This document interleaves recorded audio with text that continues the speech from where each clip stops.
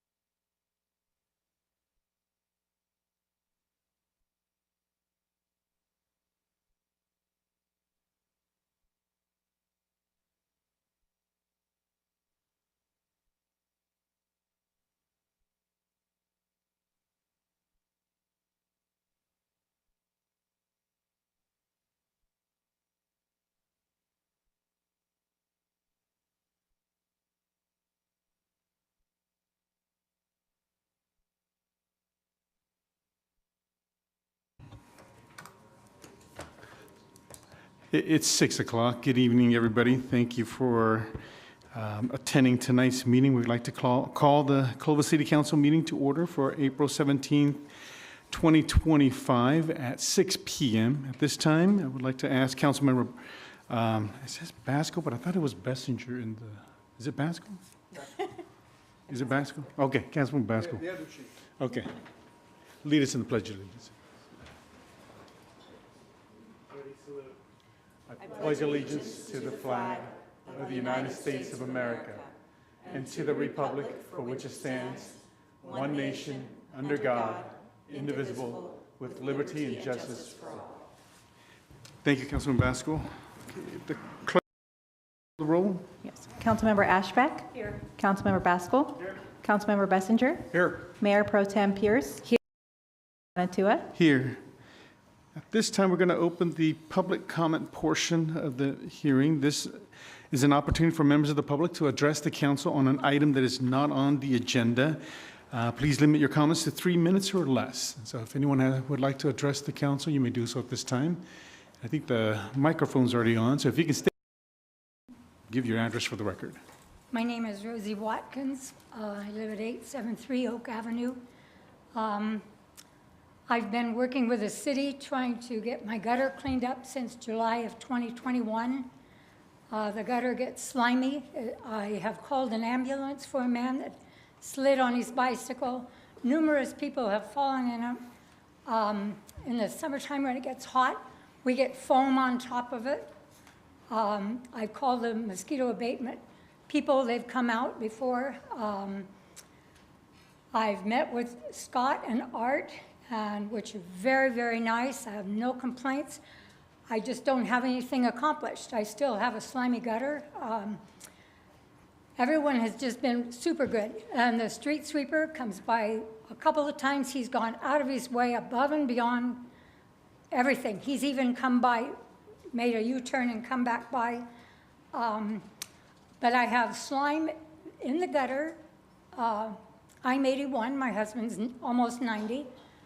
I tell all of our friends, please don't park in the street, park in my driveway, afraid of a broken bone. There's been 2 cars that are on the street and a motorhome. Art said that he sent a letter to the people stating that on the days that the street sweeper comes there to move their cars, last time they came, I called Art. During the process, the car was still there, one of them. It has a flat tire. It's been there for some time. I've struggled. I don't know what else to do. There's 2 houses that have an issue. One that's by the mailbox, and it's like the dirt is like this, and the root is like this. You can tell where the water runs down, and it runs. I don't know what anybody can do about that, but the other one, it's 843 Oak Avenue, and the other one is 853. And 853, the sidewalk is orange-like. The sprinkler is here. The water comes out here. It gushes.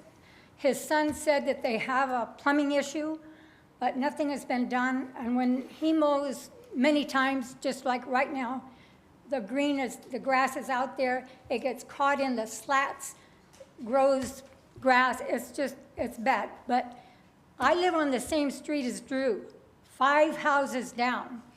The water runs east, it does not run west. So I'm the one that gets... redirect it so it runs back to his house. He has dry. His is dry. But I want to know if is there a reason why no one can go to these 2 houses and say, can I see your sprinkler? Can you run the sprinkler? Because I've been told, ma'am, we can't plow the street because you're... Well, I don't expect them to do that, but I pay the taxes. And I've fought this since 2021, and I just think, where do I go from here? I was here last October. I met with Scott, which was a real gentleman. Art's a gentleman. Everybody's been kind, but I'd rather be rude and get something done. That's the bottom line. What is there a reason why someone can't go out to those 2 homes and ask, can I see if there's an issue? Is there a reason why no one can, from the street, the yard off of Sunnyside, is there any reason why one of those, somebody can't come and check it? I've addressed it, I've even walked them down there and showed them, and if you go right now even, you'll see the slime right there by the mailbox. The white car is still out there with a flat tire. And I've approached her a couple of years ago, and she was rude, and I said, you know what, it's okay, I'm sorry I bothered you, and I left. But I want my gutter dried, I'm gonna clean up the cement in the garage, and I would just like for city, I don't know who to go up from this. I have talked to Vong, April 19th of 22, I've documented everything. He said, if you have any problem at all, call me back. Well, I didn't call back. I did not call back because everybody was so nice and everybody's working and I want to work with everybody. I don't want to be the witch, but apparently that's what I've come out to be. So I want to see if something can be done. I don't want to come back here. It's not my job. I pay my taxes. It's somebody else's job. Well, Ms. Watkins, I think you're working with some of the best people with Scott and Art. And I think with regards to some of the code enforcement, I think they can direct you to PD to help with enforcing some of that as well. And so some of the concerns you have, I think these gentlemen know who to connect with. And so please have those questions directly with Scott.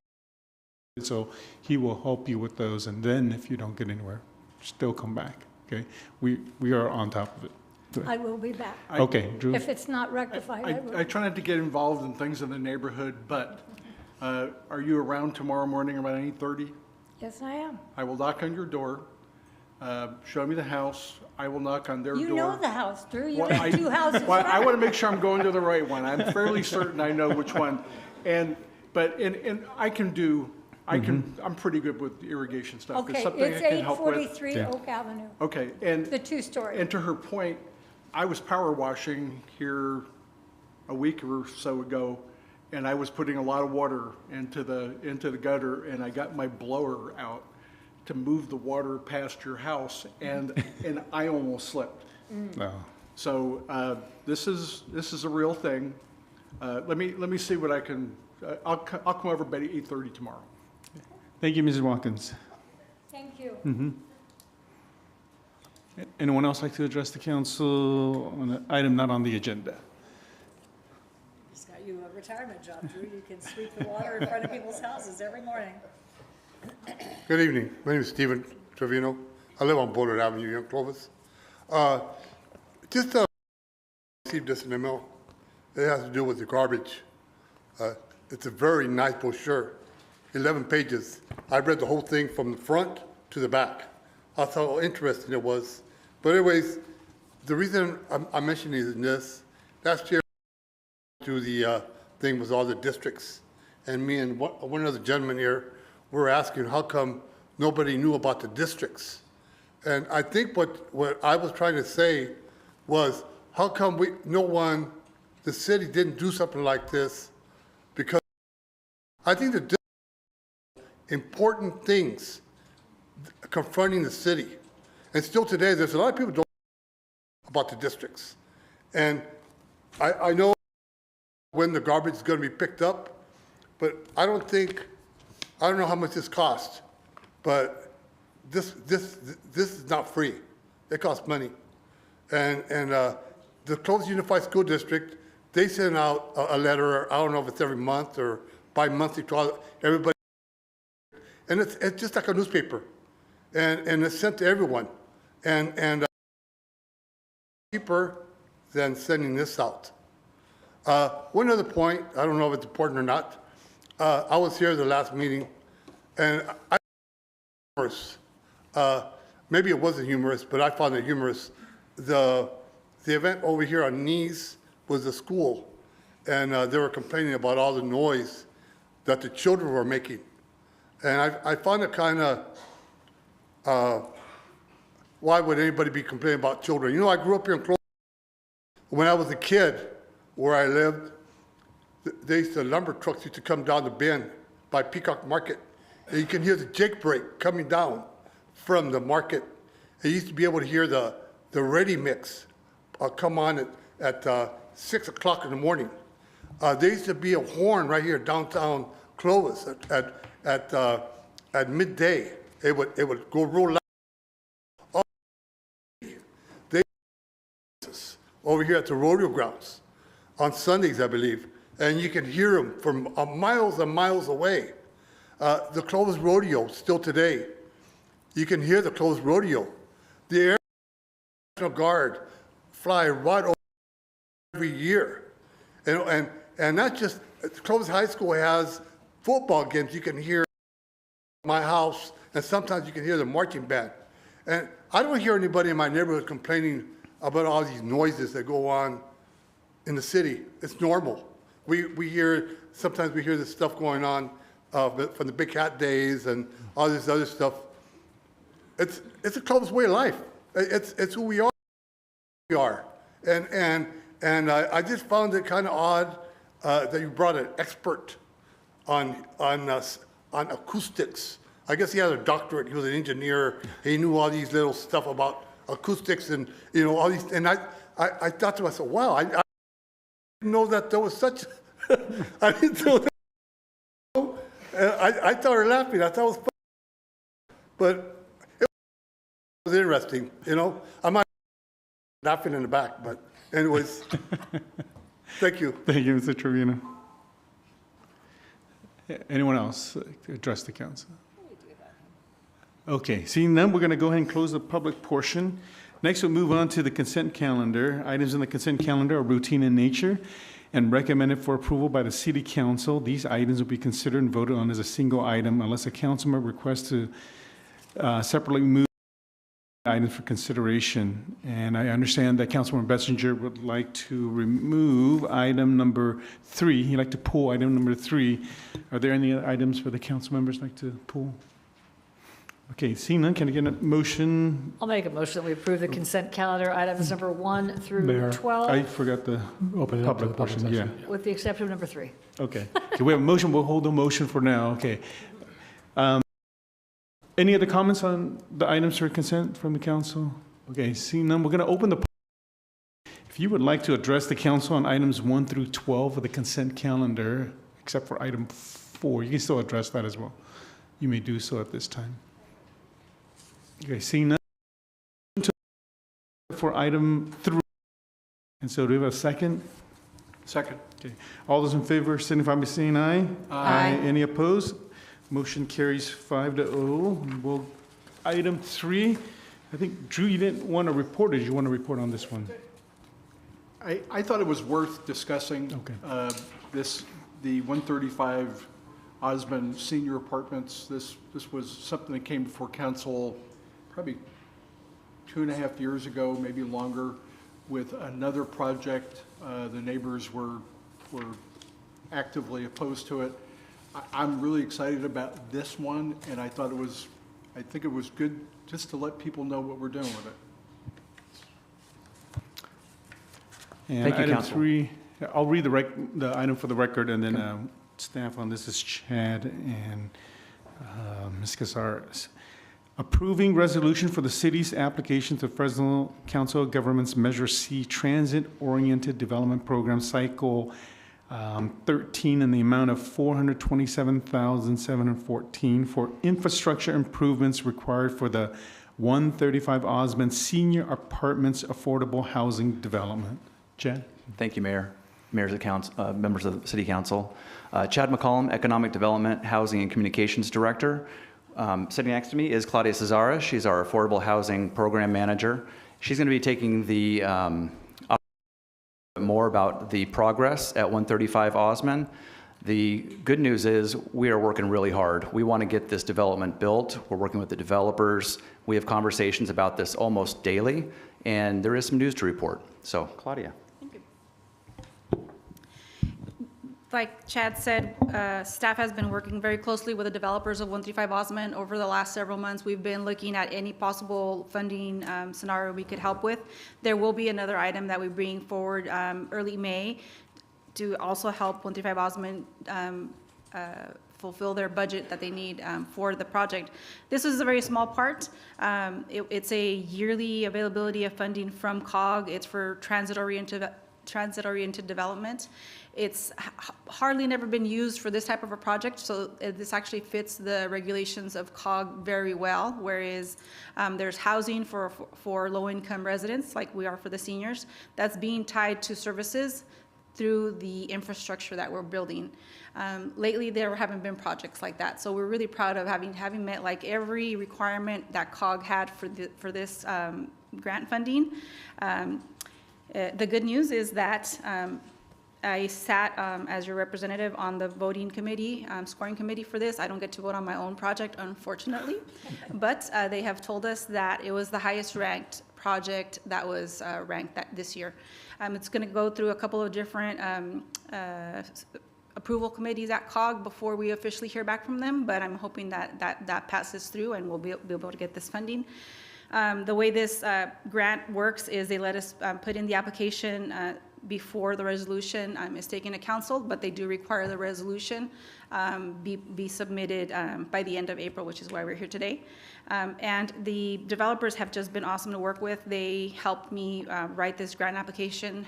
We were great partners in that, and I'm just grateful to be able to help them fulfill their funding needs. Thank you. Any questions for staff or comments from the council? Just a comment. This is exciting. I can see what having these apartments downtown for seniors, by the senior center, by the transit center, by our new library, hopefully we'll be breaking ground soon, and all the businesses downtown that will benefit by folks going out, having happy hour, having a small meal, and going back home. And they can walk. And it's amazing. Good work. Lynn? Just to second that, and it is great to have a project because most of this TOD funding usually goes to the city of Fresno because they're the only jurisdiction that usually scale or project-wise, so it's great that Clovis can have one in the mix. We've gotten others in the past, but the bulk of the money has gone to the city of Fresno, so well done, well done. Go ahead, Mayor Pro Tem. Yeah, I'll just kind of echo my excitement for this project, and specifically because of its proximity to the senior center. Apartments for seniors in proximity to that is obviously kind of made to order. And so could you just quickly, specifically detail the project is, transportation, and how does it connect this development with those amenities? The 135 Osmond, as they went through their pre-application process through BDS, have been required to connect through walking, sidewalks, transportation, their site at 135 Osmond and the services for the seniors and the transit. There is a lot of spaces that lack sidewalk. There isn't a direct connection, and the architect and the design engineer are working to make sure that there is a direct sidewalk connections, ADA ramps, whatever is needed to make sure that the 135 Osmond seniors that live there will not have anything that blocks them from being able to access directly the services on site. Thank you. And these are the current buckets of funding in Measure C. And with regards to what you said about Clovis ranking high, before I even started, I was on the Citizens Oversight Committee before I was on the Planning Commission. And that's when I first heard of a young lady named Renee Mathis, who would present all of our applications. And every time in that committee, the other people in the county would get, I think it's a jealousy type of anger that how come Clovis issues and their projects always get approved. And once again, it shows that our staff and the work that you two are doing with our planning development with regards to Measure C grants and to help a great cause of bringing affordability into the most vulnerable sometimes in our community are our seniors. And so thank you for that. Okay, great job. At this time, we're going to open up to the public. Anyone here that'd like to address this item? Okay, seeing none, we'll bring it back. We'll get a motion. Motion to approve consent calendar item 3. Okay, Sorry, second. And we have a second. All those in favor signify by saying aye. Aye. Any opposed? Okay, motion carries. Next, we'll move into the public hearings portion. Item 13 is consider an ordinance of the City Council of the City of Clovis amending Section 10.3.03 of Chapter Title 10, the Clovis Municipal Code relating to the city prohibited acts in city parks regarding dogs in posted off-leash areas. Staff on this is Sarai Yanovsky, supervising civil engineer. Okay. Good. Mayor, tonight we are here to present, to introduce for consideration an amendment 2.303 of the City Code, amending city parks, a regulation pertaining to dogs on leashes in city parks. The proposed code to permit dogs to be off-leash within posted off-leash areas, otherwise known as dog parks. A little bit of background on dog parks within the city of Clovis. In 2018, the development of dog parks within the city was found to be of high priority during the planning process. So as a result, we built a temporary dog park at the Sierra Bicentennial Park, and along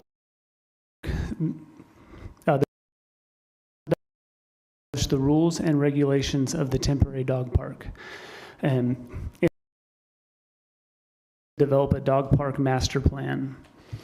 As a part of the dog park master plan, there were 3 priority sites that were established, and two of the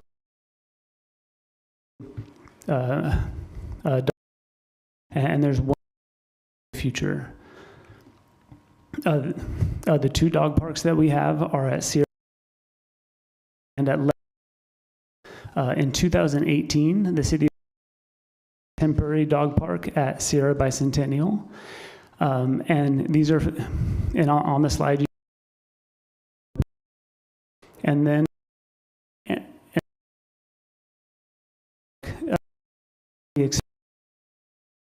now a permanent facility and those are the ribbon cutting that just occurred a couple weeks ago, and now good evening. Sorry, good evening. Yes, so 10.3 section 10.303 prohibits dogs to be in our city parks. So the amendment to the municipal code is going to do 2 things. It's going to allow the dogs to be off leash in all posted off leash areas. These are our dog parks. And the second, establish rules and regulations for off leash dog parks. It will also have the approved resolution back in 18-124, which established the rules and regulations for the city of Clovis. I'm going to go over regulations for the off-leash areas. Dogs in off-leash areas must be accompanied and they must be at least 16 years old. No animal other than the dog park may be in off-leash area. No more off-leash area the one time. Any dog in off-leash area vaccinated for rabies and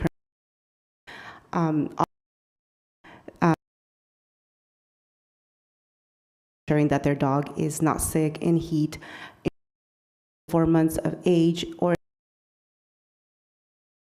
humans in this area. And people that are or control, they must contain and disposal of the dog's feces, promptly remove it and dispose of the wasted deposited quiet and remove if it disrupts the or disturbs the use of the area, and also comply with any other local laws, including without limitation contained in this title and that govern the health, the safety, and of the dogs. And to wrap it up, the next step is amendment this. This will be as of May 13th. This concludes the. We're here for any questions. Okay, and Sari, right? Not Sarai. Sarai. Sarai, okay. Apologize for mispronouncing your name. And then I forgot Nick Tortenson. So these are our staff on, it. So I didn't mention your name, Nick. Apologize for that. Okay. Drew had his light on first. Drew, question? This is probably an animal control question, but and it's been a while since I've owned a dog.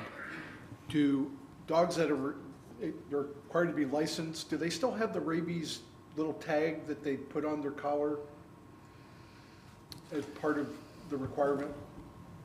I believe so, but I would have to check with animal control to confirm. I was going to ask this question and I forgot to send an email. I'm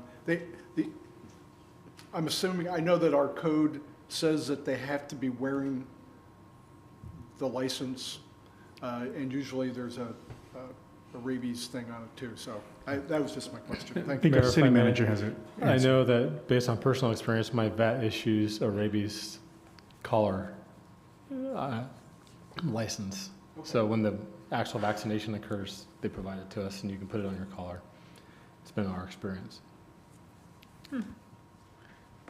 Councilman Ashwood? Well, I just want to say that Sarai is also an expert dog park opening planner, so she did a great job. That was super fun. I just want to, this is totally barely germane, but the day of the event, I said we should have had somebody from licensing out there trying to get people to have dog license, because someone up on this council, possibly me, who loves their dog more than anyone, doesn't have a dog license. So I feel a little bit bad admitting that, freely admit that. So I can't go to the dog park, but maybe there would be a way, could there be a QR code that people could scan and sort of access that quicker? Because it doesn't happen very often. Our vets should be able to license. Like when I go to the vet and I do all the shots, why isn't that not just automatically transmitted to animal control? I know it's not your job, but a QR code for licenses would be helpful. And you didn't hear me confess that my dog, beloved dog, Kevin, does not have a license, but he does not. And then the other really important item I had that day was I think we need City of Clovis branded poop bags. And Paul told me I could have them the next day, and I want to know if I have City of Clovis branded poop bags. Do I? Not yet? Okay, still working. It was super. It was a lot of fun. It was really great. But I need to get a license, but if there'd just been somebody there, I could have done it on the spot. So we had to make that easier for people. I don't think it's as easy as we would like to think. And it's a good point. So we can incorporate something like this in like future city events where we have a booth, maybe additional information that can help educate the public and educate the residents. I think it's a good idea. Yeah. Code so I could scan it and get the license. If I have to take it to the vet, but I mean, we got to make it easier for people, because I'm not sure. I know they're still a thing, but I don't know if they're as prevalent as they once were. I'm not sure, but anyway, I'll do as I can, but a QR code would be great. Thanks. Excellent idea. Any other questions for our staff? Seeing that? Oh, go ahead, Drew. I just find it interesting that Lynn always had her agendas printed out, and now you're talking QR codes. Amazing. And say thanks for noticing my, yes, I'm very talented. I just don't demonstrate them all up here.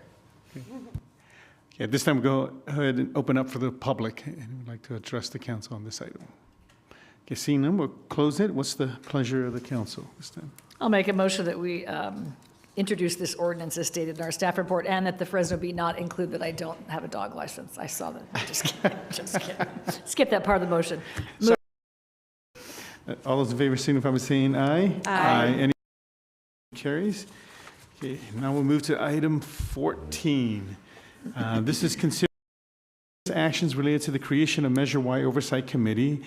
A is add in section 3.3.703 to Article 7 of Chapter 3.3 of Title 3 of the Clovis Municipal Code pertaining to the creation of a Measure Y Oversight Committee. B, consider establishing governing criteria for the Measure Y Oversight Committee. And staff on this is our City Clerk, Brianna Parra. Brianna. Thank you. Thank you, Mayor and council members. Tonight, staff is requesting you to consider two actions related to the creation of the Measure Y Oversight Committee. One is the approval of the introduction of ordinance, which formally establishes the Measure Y Oversight Committee, and a resolution which sets forth the governing criteria of the formation and operation of this committee. A little bit of background. On November 5th, Clovis voters approved the Measure Y, a 1% tax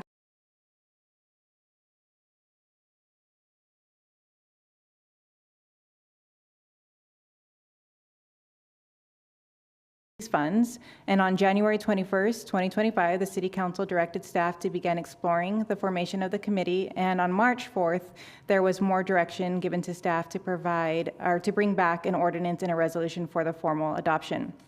The ordinance establishes the Measure Y Oversight Committee, and the resolution outlines these key provisions and criteria, which include 5 members board, which will be appointed by City Council members. They will serve at the pleasure of the appointed. The member must be at least 18 years old and a resident of Clovis. There is no specific term limit. The committee's function is strictly advisory, focusing on reviewing Measure Y expenditures, and it meets at least twice a year to review prior fiscal year expenditures in July or August, and to review proposed Measure Y expenditures in the fiscal year. Meetings will be open to the public and conducted through the Brown Act, and the committees will remain active as long as the Measure Y is collected. With that, staff recommends council approve the introduction of the ordinance and resolution, and we are here to answer any questions you may have. Are there any questions of staff at this time regarding the Measure Y?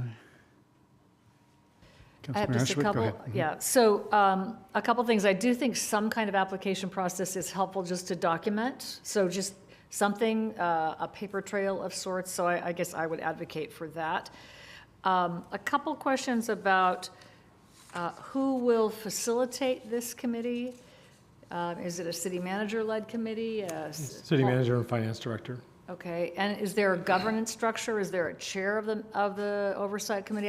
I mean, we need to call that out in here, but we didn't outline the governance in here, so a question on governance. It should be citizen-led and staff facilitated, I think. So maybe we want to call out some kind of a governance structure to be determined.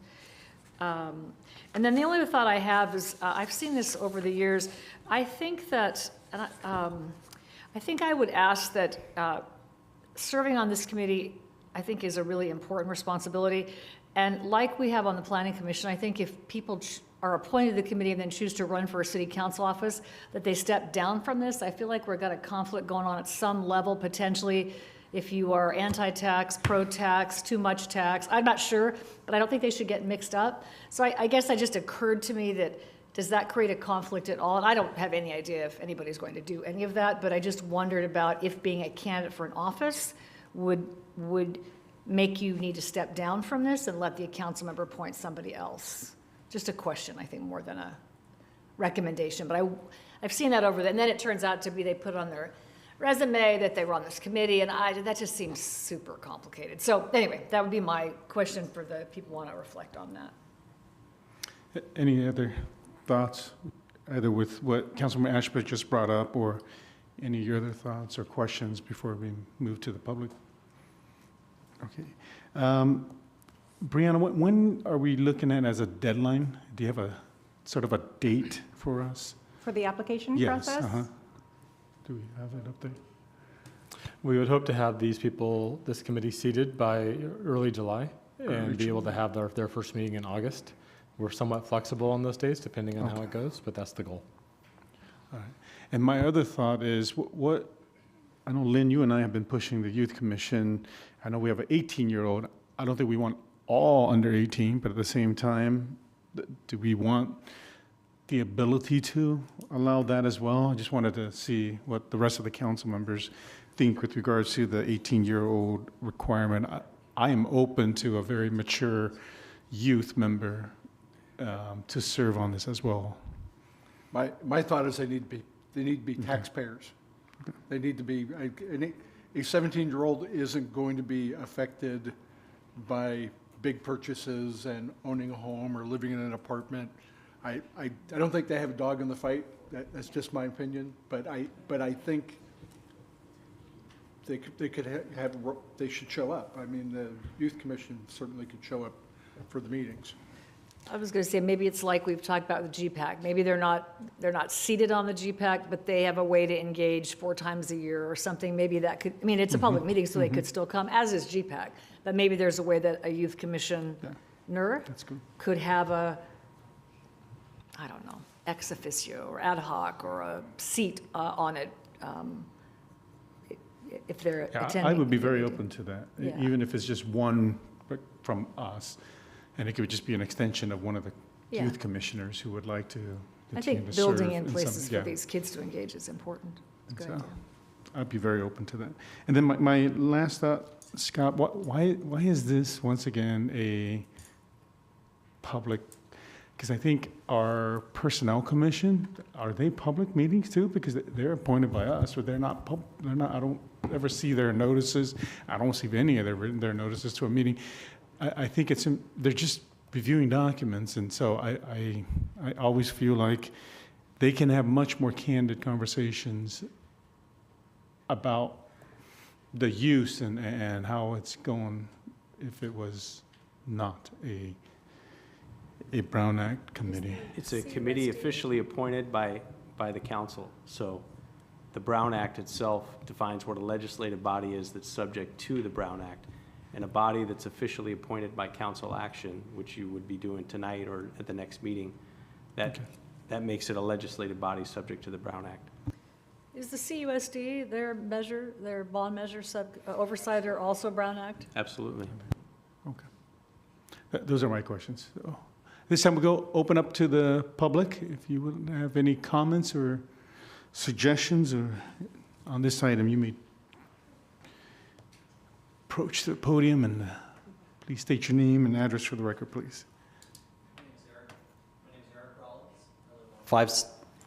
My name is Eric Rollins. I live on 575 West Ashcroft in Clovis. So I'm in that new district, District 1. I have some concerns. When I looked at this, I thought, well, there's no term limit. I don't know that that's the right way to go. I know that there's very few people that are willing to serve, but we have people that are there forever. So I like the thought that maybe there would be a fresh set of eyes on this, a different perspective. I'm also a little concerned that this person that each council member appoints is at the pleasure of the council member, meaning that rather than them just serving a term, if they were not doing their job, I understand why you would want them to go, but otherwise, what if they just simply had a different perspective than their council member thought, and you can get rid of them at any moment? That doesn't seem like oversight. The thing I am concerned about is it seems like if we're starting this in July or later, they won't have any oversight on our first attempt to use Measure Y money. In other words, the oversight is lacking oversight. So I wish that there was a way to give this committee a little more teeth. Will they be presenting this, say, at City Council where it goes on? I want that to happen. I want their recommendations to come to City Council, go where sometimes we have members of the media that could then report on it. Anyway, I thank you for this time. Thank you, Eric. Eric, can I ask you a question? Do you think there are specific criteria? I mean, would you articulate some kind of criteria to serve on this that you thought about, or? I very much like the fact that it's somebody old enough that they have more skin in the game, though I am ex officio or some other form because we want to get youth involved. Yeah. I would say that I would prefer that somebody had been at least a member of the community for a couple of years. Okay. I mean, I'm pretty lean. Months, then how much are you going to know the city of Clovis? Okay. Okay. Thanks. Thank you, Eric.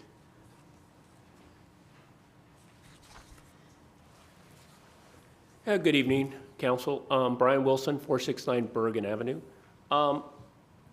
There's a couple things that I'm interested in on it. Basically, oversight, meaning kind of a different thing when it was listed in the voting documents.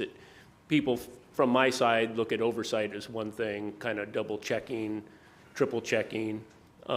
Measure C, you said you were on Measure C. Their criteria is a lot different. I mean, it's a lot more money involved, but the criteria is for that Citizens Oversight Committee is substantially more than we've got on this.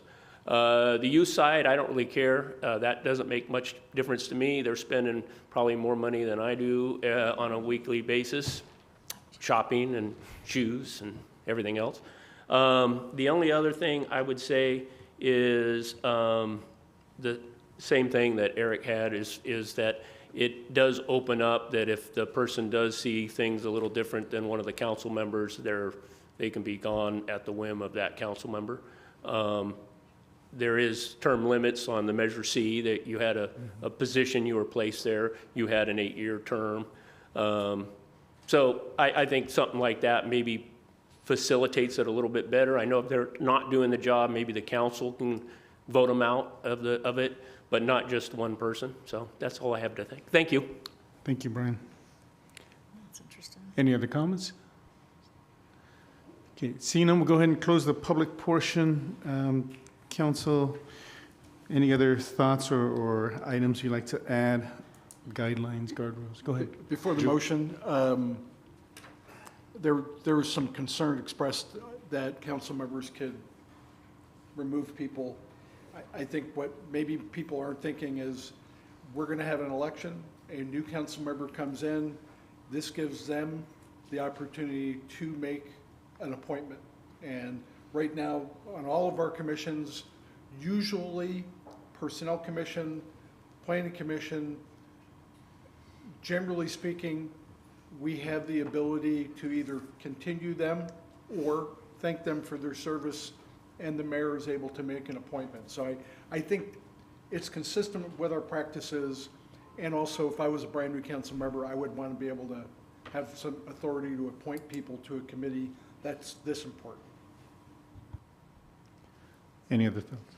Well, I think I think the criteria that is important, like at least 2 years of residency. The question on how to, so if I appoint someone and I don't think they're doing whatever I think they should do I get to remove them by myself? Or I think that your suggestion was, does it require 3 votes to remove them? I think that's interesting, because then it could turn into that could be weird if I just don't like you. And I think the other thing I would say is, I think I probably will pick somebody who doesn't think like I do. Like, I think like I do, and I think like that. But I think we should be open, because if we end up with 5 people exactly the same political views, exactly, on every issue, and we pick 5 more, I'm not sure that gets us, so I wouldn't be too afraid of that within some parameter, I guess. So I would hope that we would pick thoughtful people that can bring a perspective that maybe that would add to what we would bring. But I think adding those other criteria, I think are important. And then I want to be mentioned the reporting. I feel like they should do it twice a year. It says at least annually, and it should be public and it should be out loud, so we can hear it and see it and read it and have it at a council meeting. So I think that this says at least annually, but I would advocate for twice a year for sure. But I think how you get picked and how you get removed is worth some new language in here. So, and then the 2-year residency, I think, is right. Mr. Mayor, if I could point out, just for the record, if you refer to section 1A and B in the resolution, I think that may confirm. I think the presentation may have been just a little different than what the resolution says. So what we've added in the resolution is that the committee will consist of 5 members, with each council member recommending appointment of 1 member to the committee. Appointment shall be approved by majority vote of a quorum of the city council, and then removal as well. Committee members will serve at the pleasure of their appointing council member and the city council, and may be reappointed, removed, or replaced without cause and without notice or right to appeal.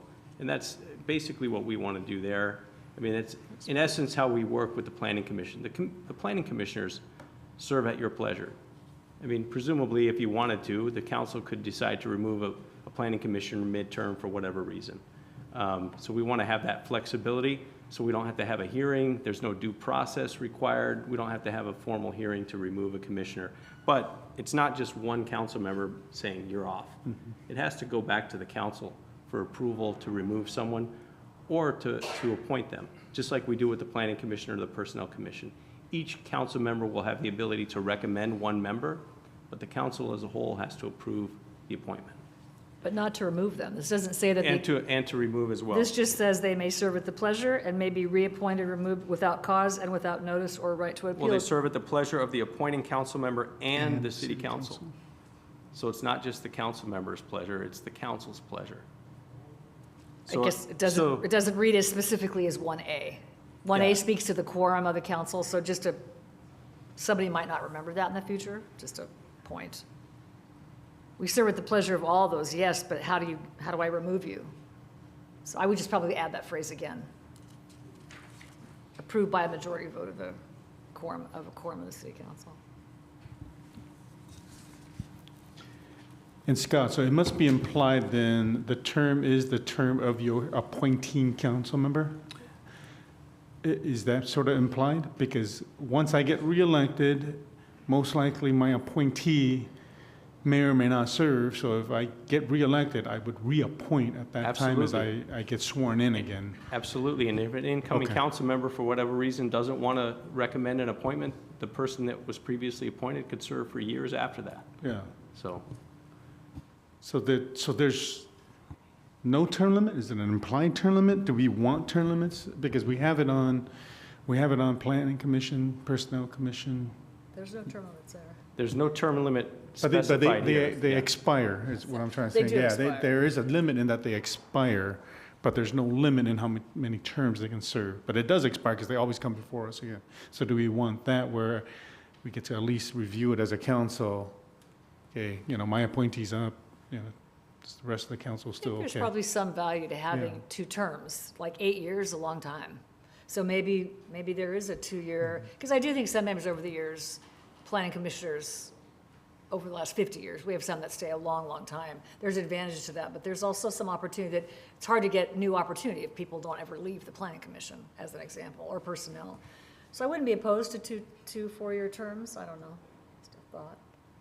I would suggest, the terms are one thing for you to consider, but remember, the idea is this committee is only meeting probably twice a year, maybe 3 times a year. The Planning Commission meets every month. For over a 4-year period, that's like 48 meetings potentially. This one, over a 4-year period, there might be 8, 9, 10 meetings perhaps that they're sitting at. So I wasn't thinking in terms of burden on someone. I was thinking about it fresh perspective for the city. I wasn't thinking about it frequency of meetings. I was thinking about it of your eyeballs on it. That's all. Okay, so we've heard 2 years residency. Are we pretty good with that, to add that in? Just want to see if there's consensus. Okay. And then an ex officio youth member, non-voting, but participate in the,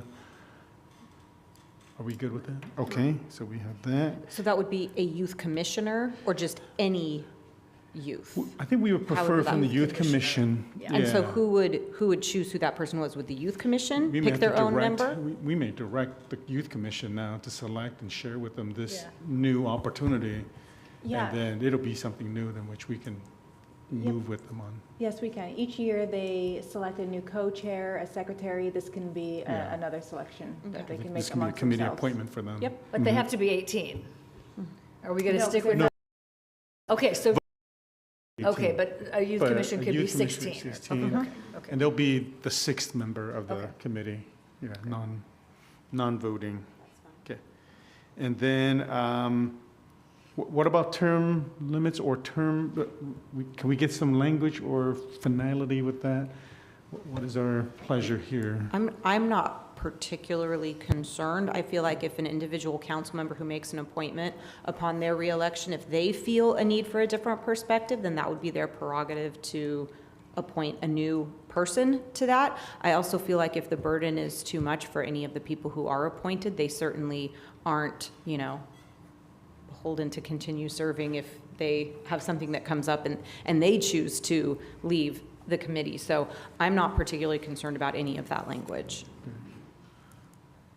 Where's the rest of us on that? Well, I think we originally told them that we weren't concerned about term limits when they wrote section 1F. Okay. Said there shall be no term for committee members' appointments, and committee members may serve until a successor is appointed to serve. Any vacancy on the committee shall be filled as provided and above with a recommended appointment. Okay. So we're good with the language? I'm good Okay, with that yeah. language. Okay. Is there anything else that I forgot? Okay, we already have the application process. Are we changing it to at least 2, Lynn, or are we keeping it the same? At least once is fine, or What's that again? that's serving, the meeting at least twice a year instead of Oh, at least I mean, once a year? So this structure that we had discussed was that staff would meet with the commission to go over the budget as approved by council. And then we would go over audited financials with them a second meeting. They would produce a report and come to council with that report. That was the structure that was contemplated with this item.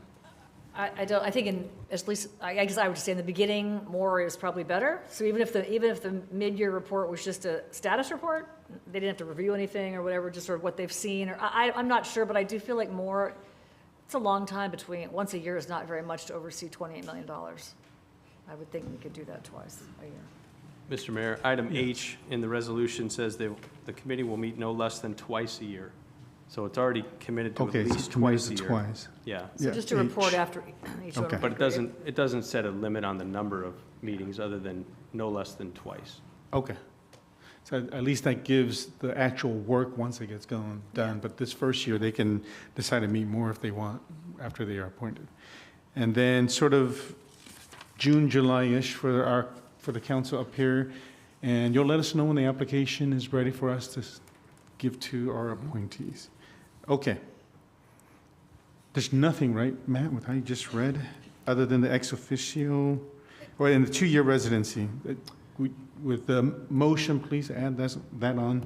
Well, and if I could suggest, so there's 2 items tonight. One's the ordinance, and that just puts it in the code itself, but it doesn't lay out all these parameters that we're talking about in the resolution.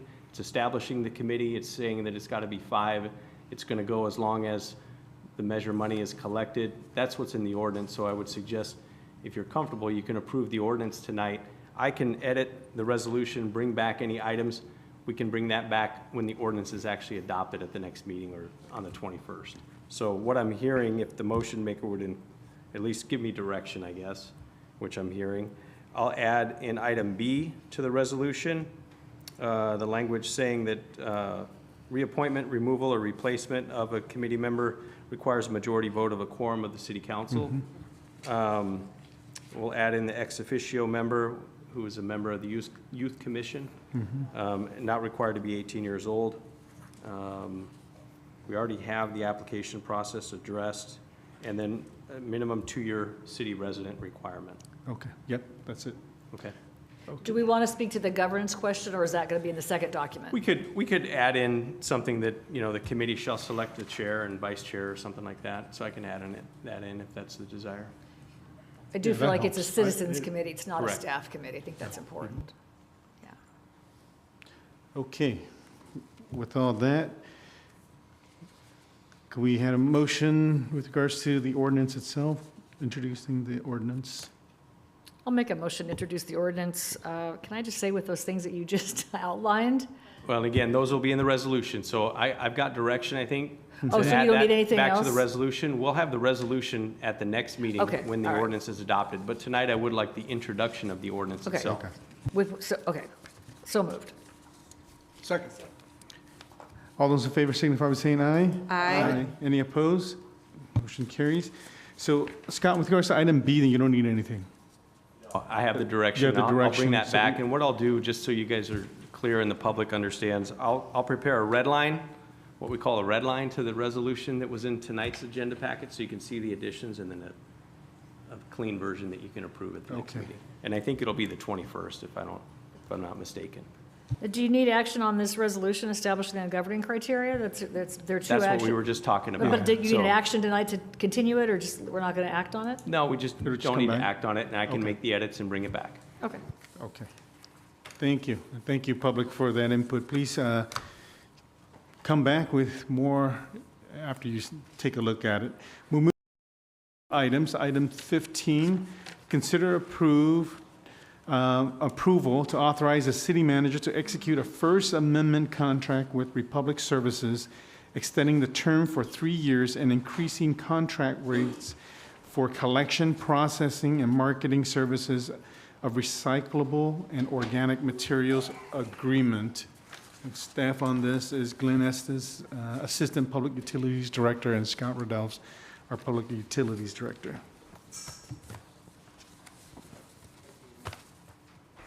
Thank you, Mayor and council members. So the item before you is a First Amendment with Republic Services for a 3-year extension to their agreement for recycling and organic collection services. I'm going to go over just a quick background to get everyone up to speed where we're at, and then go over the break down the proposal, and then the basis for our recommendation. So the agreement background is Republic Services has been providing recycling services since the 90s. They're under a current 10-year agreement that was awarded in 2015 for recycling and organic services. That contract's going to expire on July 31st, 2025. Last year, we started an RFP process for a new 10-year agreement that was brought back before you a month ago, and was referred back to staff to separate the commercial and recycling components of that agreement. And in doing so, we needed to negotiate with Republic Services for extension, since there wasn't enough time to do that before the expiration of this contract. In doing so, staff is recommending a 3-year option in their proposal as the most cost-effective solution. So this is breaking down the proposal. So staff and Republic worked to come up with a proposal that allowed for options for a 3-year, 2-year, and 1 year, so we can analyze which one was going to be best for to move forward. The option where the city provided carts in lieu of Republic providing carts was cost effective, wasn't a cost effective option.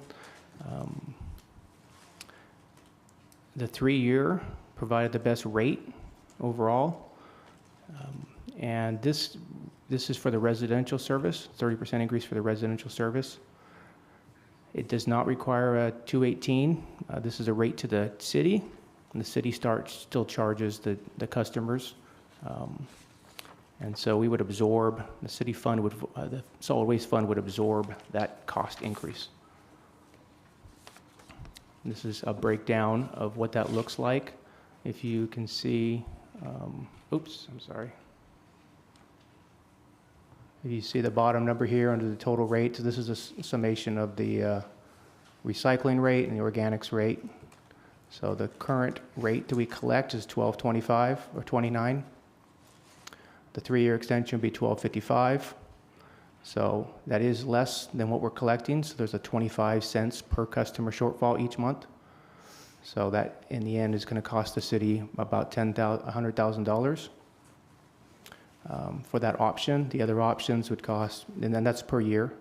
The other options would be $362,000 and $531,000 for the other options. And then for the term of the contract, obviously this would be about $330,000, $700,000, and $530,000 for the term, as in per year of that contract.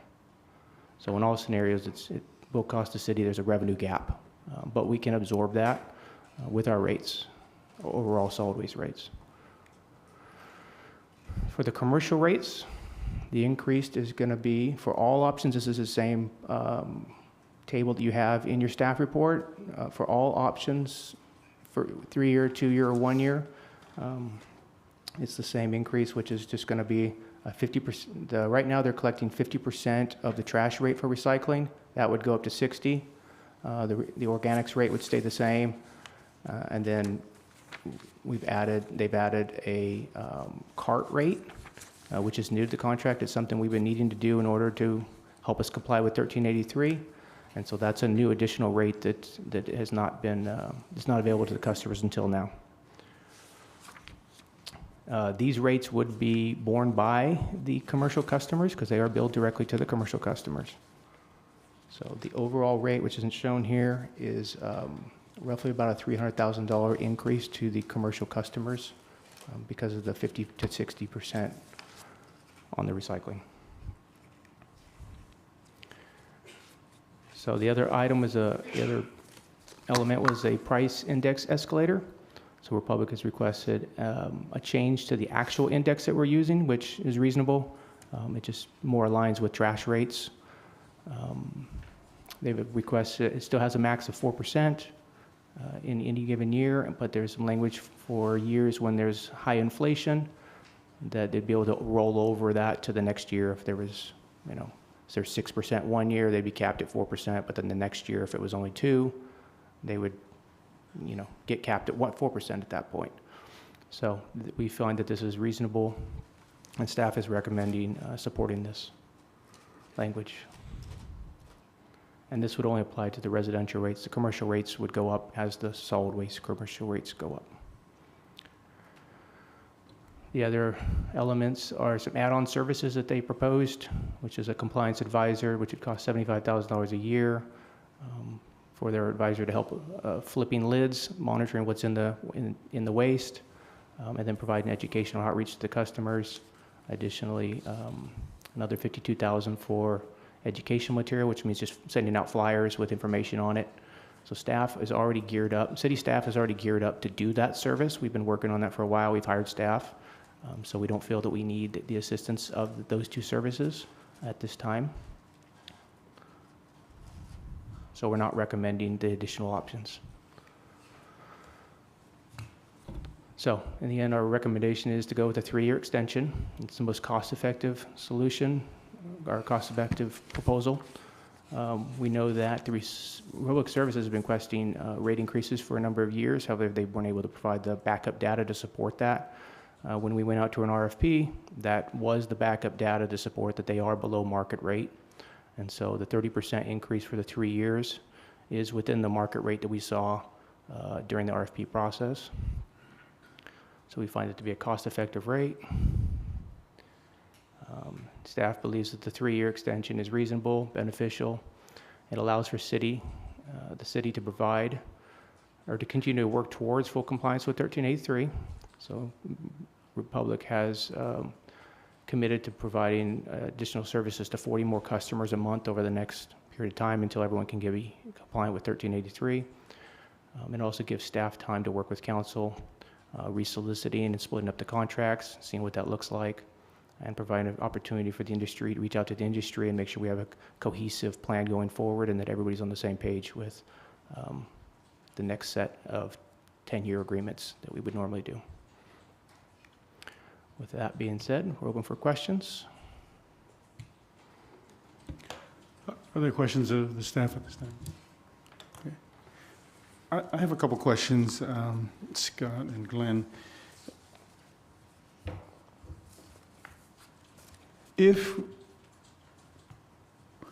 What would it have been the cost if we went with the RFP process and not had this extension? So you're saying there's no increase to the residents and to the commercial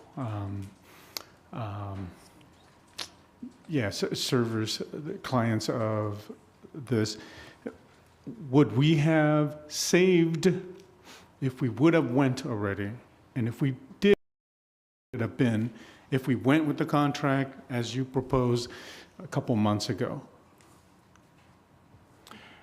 So in other words, if we went, we said, yes, we're going to give it to the highest, the best bidder. Would there have been a savings, or would we still see the same increases at what we're seeing right now for the next 3 years? Yeah, so in both cases, the rates would have gone up to the city. In both cases, the city is not going to request a rate increase to the customers because they can be absorbed for the period of time that the contracts were. If I'm comparing the extension costs to the previous recommended proposal, there's about a $400,000 difference in that. And cheaper or more expensive than this extension? This extension will cost the city an additional $100,000 more. The other one would have costed about $300,000. So it's a $400,000 difference. So they'd be less. The previous recommendation with Mid-Valley was. So the extension is more expensive per year for the next 3 years because of our decision to move to restart, redo everything. Is that accurate? That is accurate. Okay. That this extension will cost more than the previous recommendation. Okay, so about 400 more to the city, which is to the residents because we're collecting from them ultimately. That is correct. Okay. And are we, with regards to 13, would more if we went with the RFP recommendation or with what we're giving right now? With 1383, sort of what, in other words, what they would have provided, the lead contractor, what they would have been more of a service to us, or are we getting equal amount as what the RFP, that lead person company would have gone to for us? Yeah, so they are different. This contract is building off of an existing contract. The RFP that we just went out to was a new contract looking forward with additional services with some guarantees to be in compliance with 1383 on day one. And so yes, there was also some fees, 5% come back to the city. There were some fees like that in there. So yes, you were getting more services with the previous RFP. And with the $400,000 savings. And there was a savings, yeah. And also the city's already gearing up for it. Was the winning contractor, were they going to provide those? Or were those always something we were going to do? You know, said, oh, well, you know, the 75,000, and I forgot what it was. There's two things, you know, and the education, all that. The additional services in the proposal, is that what you're saying? Mm-hmm. Was that put into the original response to the RFP, which we would have gotten with the $400 savings, plus being 1983, getting more for that, plus those two additional items? Yes, there was more onus on the RFP contract, the 10-year agreement, to put responsibility on the contractor to provide those services. And so now we are bearing those costs. We are bearing those costs to be compliant. Keep the cost reasonable, yeah. And before, it would have been something we got. Yes. Correct? Okay. I just want to know what we voted on and where we're at now and what we're getting. You keep saying in here that it will not cause an increase to customer rates for the 3-year term, even though there's a bump, there's no cost. And so were we getting more money than what we wanted to be able to absorb sort of these fluctuations, so we aren't billing the customers for, even though there's a contract increase?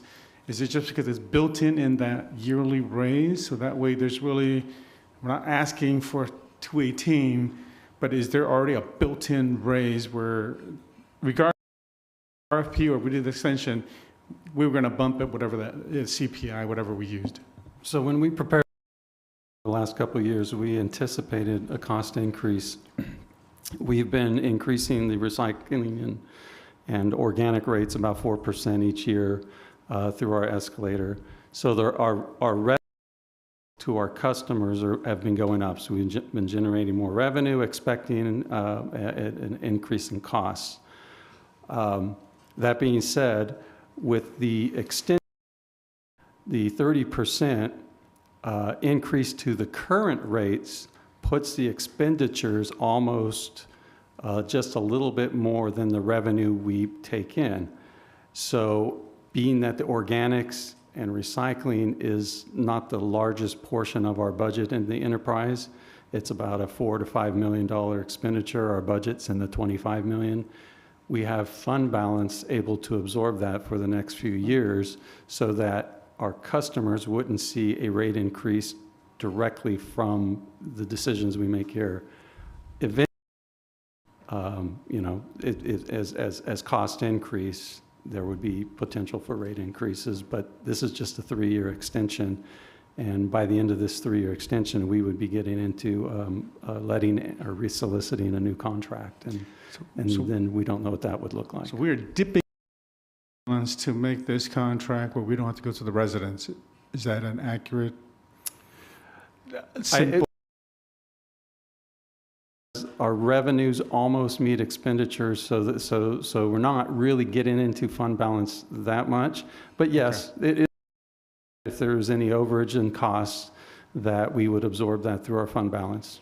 And then if we went recommendation, would we be in the same spot where we would be dipping to make it whole? No. We would not. You can No. absolutely say we would not be. Absolutely would not. Okay. And then, what was my other question? I know I had another good one.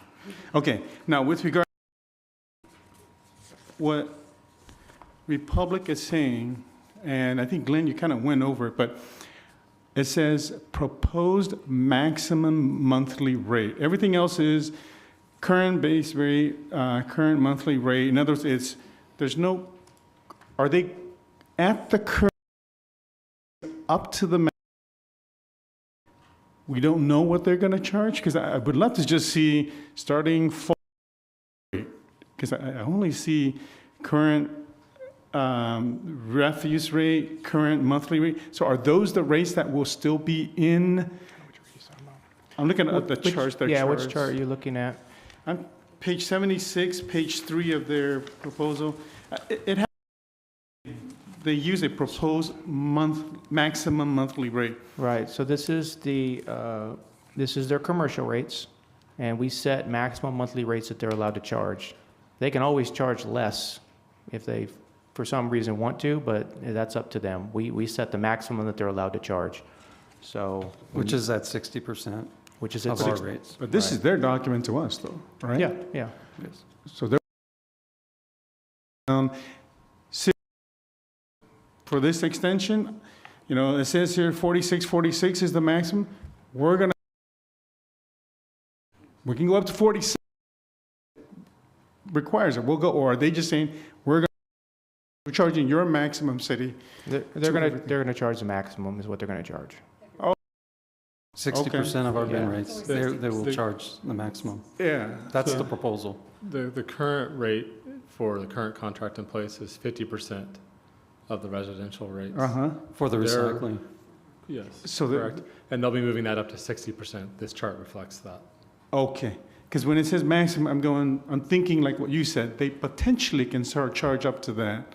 But really, They're gonna charge. that's what Yes. the payers are going to pay. Yes. Okay. And with the RFP, it would have been 54%. Is that accurate? Yes. That's correct. So 6% because we're doing this. I'm just going to keep saying that. I told you so. It isn't, but we need to be clear to the residents what happened. I think we owe it to the residents saying we had the ability to save all this money, and so because we wanted to bifurcate and do all this, I'm just saying, just be clear, saying, okay, residents, our decision, and I own it with you because I'm part of the council, and so we are creating this, and so I just wanted that to be clear. So I'm not against it because I think that's where we're at. That's where we're gonna, unless there's other proposals. But I just wanted to understand what we have in front of us. So, go ahead. My question on the follow-up of that is, how much of a difference per cost per user are we talking about? And the actual rate, the Yeah. unit rate? The unit rate increase. That was on that other one. I mean, if we would have used the other RFP instead of where we're at, and I know that, It's I mean, if there's 3 524. people up here now that want That's to right change up it, there. then It's on we'll this. stand back and I'll stand back and listen to whatever that argument may be. But at the same time, I mean, we could go back and we can hash out what we did for several weeks and several hours about where we ended up in a 3-2 vote. But if that's not where this council wants to go tonight, then I'm all ears. I'll listen to the other council members if they want to change that decision. But, I think the big talking point that we had the last time is that we had commercial and we had residential that was lumped into one, and we wanted to see it at the end of the day into 2 contracts. That's where I stood on that. So I had no problems with where the residential was at the time, but it wouldn't let us separate the 2 at the time and just accept one. So that's why I think we're here where we're at now and trying to figure out what we're going to do with 1, 2, or 3 years and where that goes in the future. Sorry. Just, Was there a question? question was, what is the cost difference between if we would accepted the RFP as it was presented as opposed to what we're getting with Republic's contract proposal now? There's about a 91-cent difference. 91 cents? About a dollar, about $1.10. $1.10? $1.15, somewhere on there. I'm doing some quick math here, but All right, yeah, thank per you. month All right, thank you. for the residential. Go ahead, Councilmember Ashley. Well, I think Diane had her light on first. I mean, is that Okay, go ahead, Drew. You Sorry. mentioned $400,000 a year for the 3-year contract. That's the increase? Yes, And the estimate. And Von's question was, if we awarded it to the lowest bidder, it would have been $300,000 a year? Was that what I heard you say? No, in a way, the previous RFP, the lowest bid on that would be $400,000 less a year than Republic Services recommended extension of 3 years, if that's clear. So is the $400,000 that Republic is giving us per year, is that in addition to what it was Mid-Valley? Or is that, because I'm a little confused here. Where it's $400,000. It's $400,000 over Mid-Valley's. How much was the other one? $400,000 a year less. $400,000 a year less. $400,000 a year less? Yes. Okay, so over this, it would, 1.2 million is over 3 years? Over 3 years, yes. Additional? Okay, thank you. Go ahead, Diane. So to the mayor's line of questioning, do we have an option tonight to deny the extension with Republic and direct staff to bring back the original RFP with that proposal?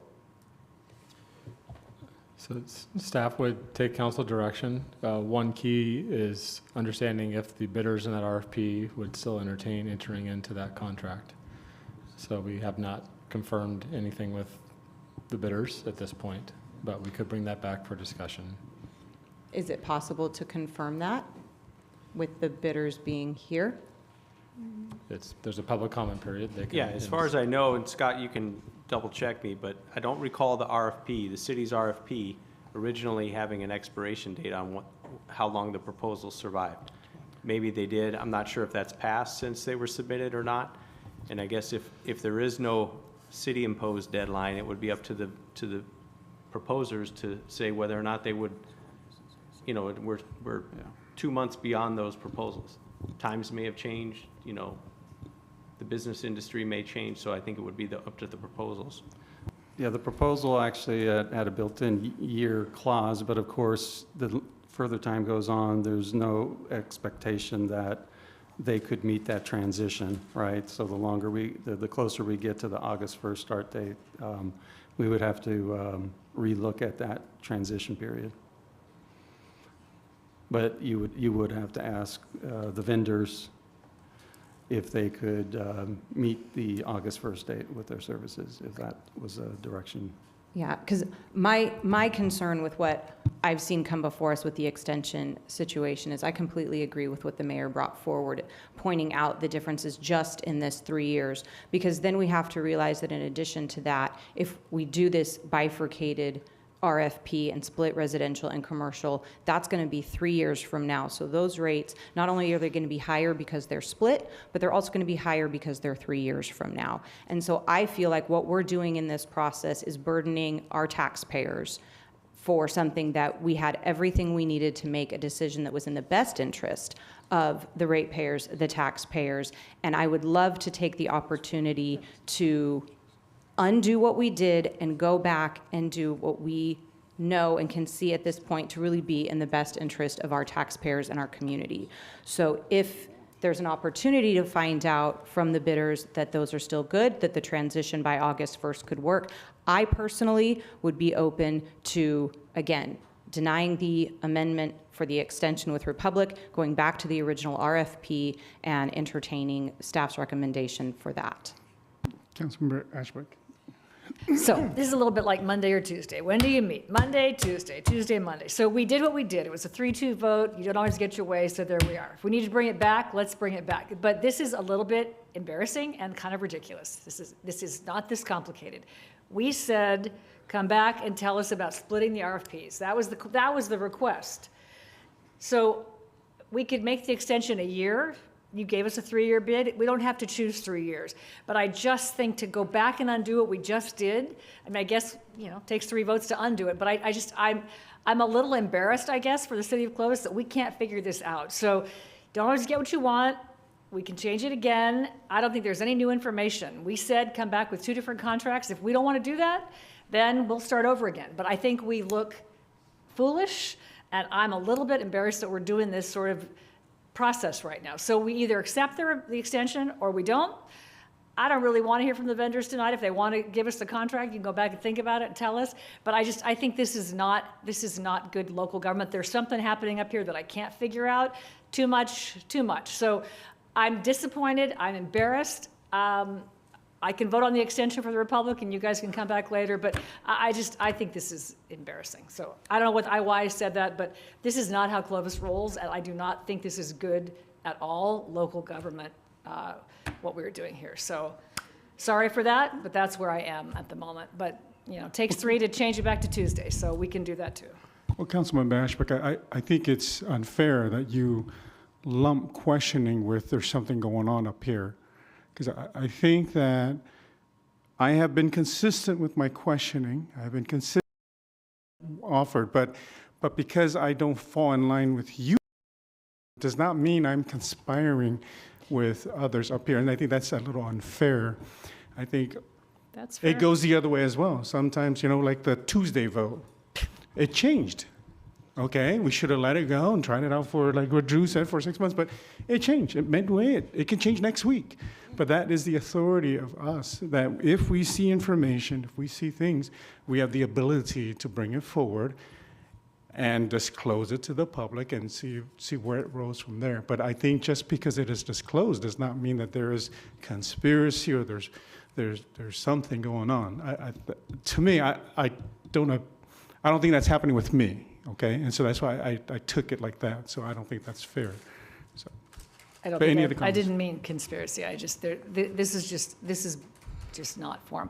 I guess can I have another question?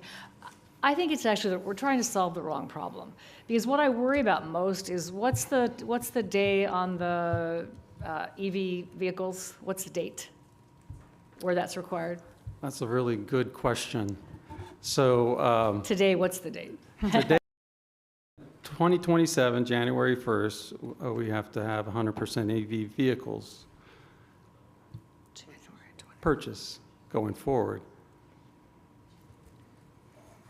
But that rule doesn't apply to private haulers. It does not at this point in time. So if we went back and we gave a contract to whoever, they're going to convert their fleet to, oh no, they don't have to convert their fleet. So I guess in some ways I feel like the state is forcing local government out of trash hauling. So are we even going to be in the trash business 3 years from now? So why do I want to enter into a 10-year contract when in 3 years I need to do something else because we're going to have to outsource the whole thing? Yeah, those are all good questions. At this point, staff has come up with options to extend the requirements of us having to meet those by pre-purchasing vehicles. We figure we can get out at least 5 or 10 years. And by that time, maybe we skip electrical altogether and we get into hydrogen. I think there's a feeling that no matter what, in California, be it private or public, we're all going to be bound by the same rules eventually. You do think that will happen? Yeah, I think the federal government has kind of changed the atmosphere right now, but we don't know when that will potentially change back in 3.5 years, 4 years. But we do have, at least for our services, an ability to extend the timeline before we really get hit with that. And hopefully at that point in time, the technology will be there to provide the services we need at a reasonable cost. I do think that's the bigger question, whether we'll even be in the trash business in 2.5 years or less. 27 is not that far away. So, all right. Sorry for my outburst. This is super frustrating. No, I So, think yeah, whatever. it's healthy. Is it? That's Okay, democracy. I feel healthy then. Mayor Pro Tem. Yeah, I think that that is an important point to bring up, the EV transition, and I see it slightly differently in that I actually feel that if we're in the middle of a 10-year contract, we may have an easier time if we were having to transition out of the city being responsible for it, because we have someone with an established service in the city already to transition it to. So I see kind of a flip side of it there. But that, you know, the frustration with being in this position is that there's new information before us now too. And I think always being able to see what's coming forward as the result of the action we took before. You know, you referenced the Monday, Tuesday thing. Well, yeah, it was 3-2 for Tuesdays. Then Matt got new information. He brought that forward. We re-evaluated and it shifted. So that's all we're doing right now is looking at new information that's come forward, re-evaluating the totality of the situation. And, you know, if we want to deliver good local government services, trash pickup has got to be at the top of that list. And so being able to analyze and assess a 10-year RFP where we trust our staff to do an expert job and their due diligence, and we bring in consultants and we have everybody do their thing, our make the best decision for our taxpayers and our community, and that's what we have before us. So, I mean, it can be frustrating, but it's kind of what we signed up to do here. Okay, any other comments from the council members? Okay, at this time, open up to the public. Any questions, comments with regards to the item before us?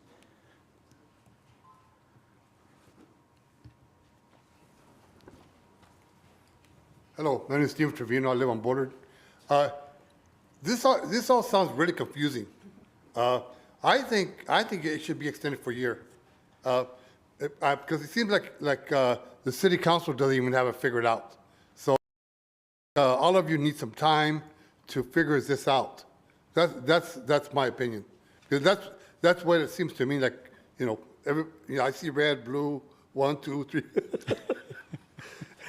I think you should let it go for another year. And this thing was, I saw a brand new Tesla Pepsi truck, and I have a Prius. I've changed the battery in that car about 3 times, and all this is new technology. I think the city should try and hold off new stuff until you really know what's going on, because it's all new, and it's going to cost you more money by going in right away. It's better to back off and see what's going on first. That's just my opinion. Thank you. Thank you, Mr. Trevino.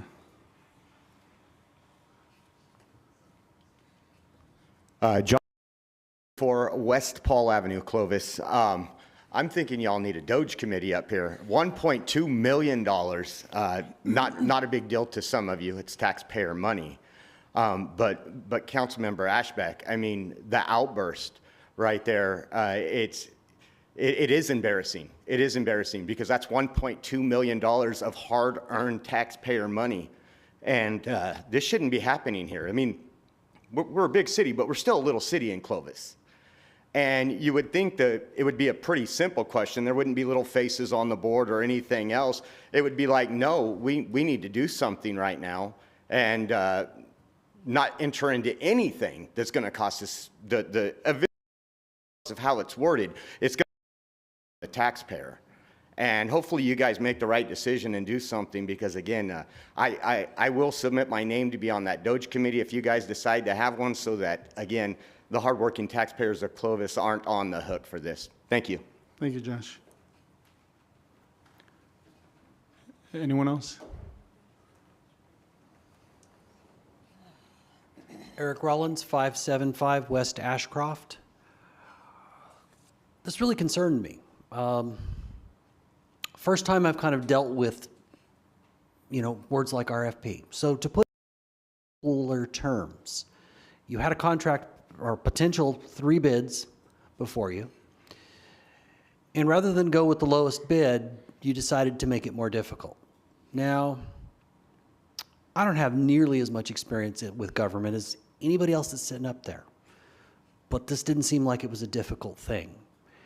If you trust your staff, and all my experience with the Clovis staff is that they're a professional and know what they're doing, I think you should have trusted your staff and gone with the lowest bid. I hope that you can reconstruct that and find your way back to that, because that seems to be the way to save the most money. Thank you for your time. Thank you, Eric.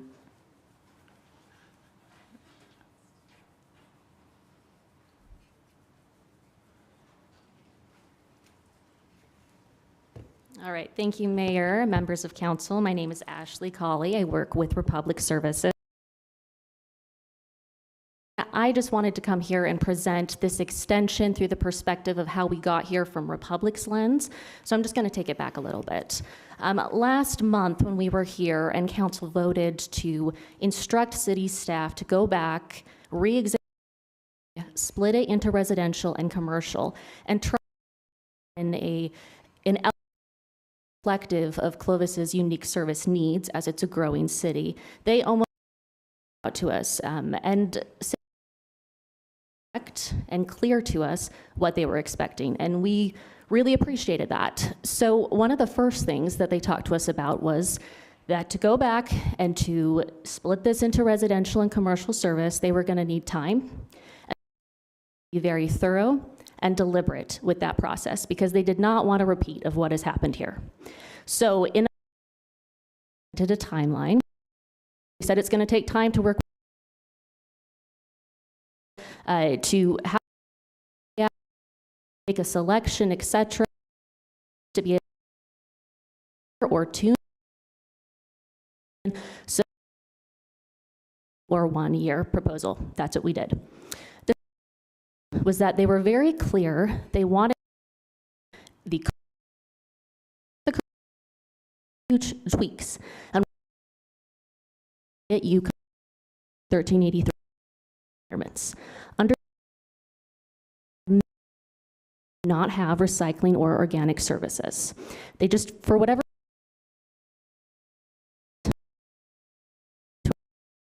and as it stands, the city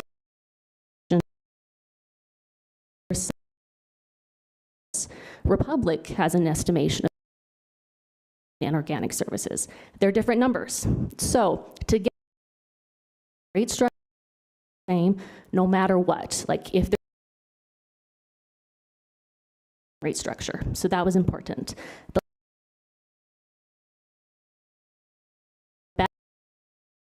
This contract, and that's what we did. I know you said, "Are you sure this is the 75%?" This one increased your residents for this time. So we were thinking, and as Republic, but one of the things that factored into our thinking was the element. The truth is, we have California, they've said public fleets need to go. Really don't know what that's going to look like. From my putting that out and factor it into your RFPs. It will be more advantageous, I think, to you, multiple proposers here who can give you instead of one having a big advantage. But that's me. The second element, love your community. We're still very appreciative to be here. The opportunity to continue employing our drivers here as you go through this transition. But these are the numbers. If you have any questions, please feel free to ask. Thank you, Ashley. Any questions for Republic? Okay. Thank you, Ashley.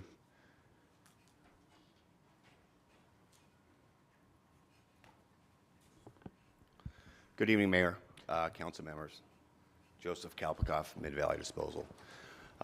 After about a month and a half ago, I kind of said, I'll see you guys in a couple years. And that was my position. You know, after reading the staff report on Friday night, I changed my mind. I said, this is not right. We had a fair RFP process, 3 proposers bid. I was 20%. Cagley was 40%. Republic was 75% higher. Those are the rates. Mid-Valley is a family company. I live in Clovis. And tonight before you is a contract to extend with a publicly traded company. Now the staff says it's 1.2 million for 3 years. That's above what you're currently paying now. That's not what my RFP was. My RFP was 20%. Their RFP is their response was 30% on $5.7 million on residential. That's $612,000 a year. 1.8 million for my RFP on just residential. My CFO will come up here and give you the rest of the numbers. This is not the Clovis way of life.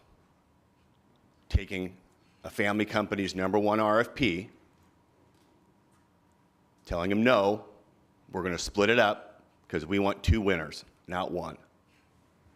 That's what you did. And now you got unintended consequences from a nationally traded company tonight, and it's the wrong decision to make. My RFP that I submitted has a 12-month shelf life on it. Scott reminded me of that 6 weeks ago. Thanks, Scott. I went back, talked to my vendors. I said, if we delay this thing for 60 days, I can't give you an answer. Can we still do it? Absolutely. I got confirmation from my trunk vendors. They're already sitting in the line now, my trucks. So I guarantee my proposal. I guaranteed it when I submitted it. I guarantee it today. The number you're looking at is close to $3.5 million over 3 years that you'll be overpaying Republic than Mid-Valley Disposal, a Clovis family company. That's the decision you're going to make tonight. I wouldn't want to be in your shoes. I don't know how we got here. I haven't seen this in the 25 years of me providing solid waste services in the Valley. My proposal also includes 30–40% more services with the lower rate than the $200,000 a year in public education included in that. $200,000 a year in public education. Full clients, a downtown office with a company I own as I live here in Clovis. I'll do it. I'll have the trucks, I'll have everything in line. We may have to tweak some recycling timeline because we lost 90 days. There may be some tweaks to the agreement. Bring the agreement back the next meeting, and we're greenland and can go forward. I thank you for your support. Any questions? Joe, you just said 3.5 mil. My CFO, come on. Joe Heisdorf, local Clovis guy, graduated from Buchanan. Little kid sharp. Good evening, council. Thank you. Yeah, so you know, with the last. Can you give your name? Yeah, sorry, Joe Heisdorf, okay. Mid-Valley Disposal. So with the last RFP that was published, council did request proposals be put out and be put forward. Included in that is the same cost form, which I'm very familiar with. It is a Hilton Farncoff model, which I've worked with many times. Simply, you could take the proposed rates. In fact, the extension rate sheets were borrowed from the RFP submittal. It's the same form. It's not difficult. You can plug those rates in, and using the service figures that were proposed by all the haulers, that rate comes out to, depending on which customer count, there's little discrepancies because it's an estimate, about 1.2 million when you combine both the commercial and the residential, right? So the commercial is directly billed by the hauler. So yeah, it's about 1.2 million a year with the 30% that was proposed versus what we submitted. And those cost forms were all made public in the prior meetings. But Joe said something about 3.5 million. Yeah, so it would be, did a 3-year, over the 3 years, it would be roughly 3.5 million that would be paid more than what our proposal indicated. Again, you that were part of the RFP. So staff is incorrect. It's not 1.2 million. It's 3.5? Yeah, so I'm not sure what numbers staff is working with. that we don't have, but based upon the proposals that were made public and how those proposal forms work, if you just simply use the rates that they proposed in the extension, which is part of tonight's packet, the rate model calculates out to approximately more than what our submittal was on the 10-year contract. Okay, thank you. Well, Drew, I wonder if I can- you said $400,000 a year, right? That was your question? Times My 3 is question, 1.2 yeah, million. 1.2 Is that was where you got that? 400,000 a year. Would you like me to answer the? Yes, please, Okay. go ahead. So there is a difference in their analysis and ours. Ours was strictly comparing the current contract with new rates under the same So that's services current. and the same service levels. What they're using is the RFP, which has higher level of service, more customers being impacted meaning being serviced by the contract. And so their numbers are going to be higher. So yes, in the current contract, it's $400,000 and $300,000, $400 for residential, $300 for commercial, $700,000 total more. Under the current contract with the same service levels that we're receiving right now. Okay, does that make sense? So the staff's number is based upon just our current service levels. Mid-Valley's proposal or numbers are based upon their response to the RFP, comparing it. We're taking a very simple approach. Yeah. Just if residential costs this much currently, Republic proposed this much for the extension, and just looking at a 20% increase with Mid-Valley applied, and that's how you get the 400,000. There's a lot of abstract information that we'd have to go through. There's commercial service increases and differences. So we didn't do an exhaustive comparison as staff at this time. Can I ask another question? Go ahead. Drew, do you have more? Okay, go ahead, Lynn. Yeah, go ahead. I'll take the 400,000, I don't care. I know what it is. I'll take 400,000 and staff's recommendation at 1.2, and it still makes my stomach turn. I didn't follow that. Is there any impact on your RFP, any of you with, I don't understand tariffs and all of that. Are these do you see any? No. Because they're American-made trucks? Their microchips may happen in 2026. You may get a microchip, but the trucks have already bought. They're not going to affect any of the equipment we're buying in. So all of your new fleet or whatever that was required in your They're already on the RFP? lot. They're already here. Okay, all right. Okay, any other questions for Mid-Valley? Okay. Thank you, Joe. You're welcome. Hi, it's Ashley with Republic again. I just wanted to raise some conversation about the numbers that are being thrown out in revenue, et cetera. This is why it's so hard right now for us to have apples to apples, because we have different estimations of the numbers of accounts that need to have service changes. So their data, their accounts they think need to have organics and recycling services. Republic has theirs and the city has theirs. That's why, from Republic's perspective, it would be advantageous to just get this figured out, stick with us for a year or two to get these services rolling, starting from a very clear place, new contractor or two, especially for commercial. The fact is we just don't know. Our numbers are different, and we need to work with the customers to find out what is actually true. The city communicates directly. We do not. So of course we're going to take direction from the city, but each hauler in the city is coming up with different numbers and figures. So it's really hard to have a bar graph that shows how much money you're saving, et cetera, because we simply don't know right now. But Ashley, can I just ask you a question? So regardless of the number, are the percentages of what you proposed during the RFP were accurate, though? We would stand by those. So whether it's one extra person we needed to get, or if it's 1 million more people we need to get, the percentage of the rates are correct, though.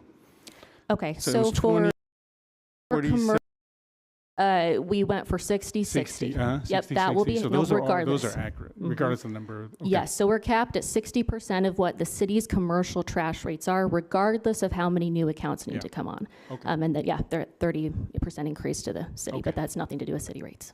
Thank you. Anyone else?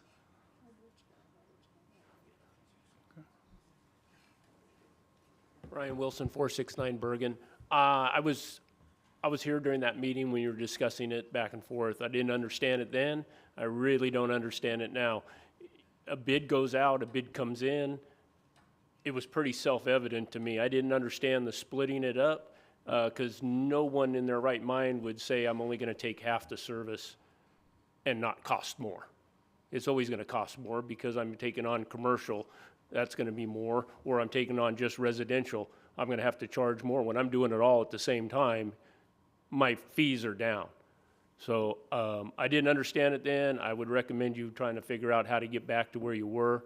Same as that makes perfect sense. Thank you very much. Thank you, Brian. Good evening, Mayor, Council. Herman Hernandez from Republic Services. I do want to remind everybody that the RFP that came out and originally was a 10-year contract.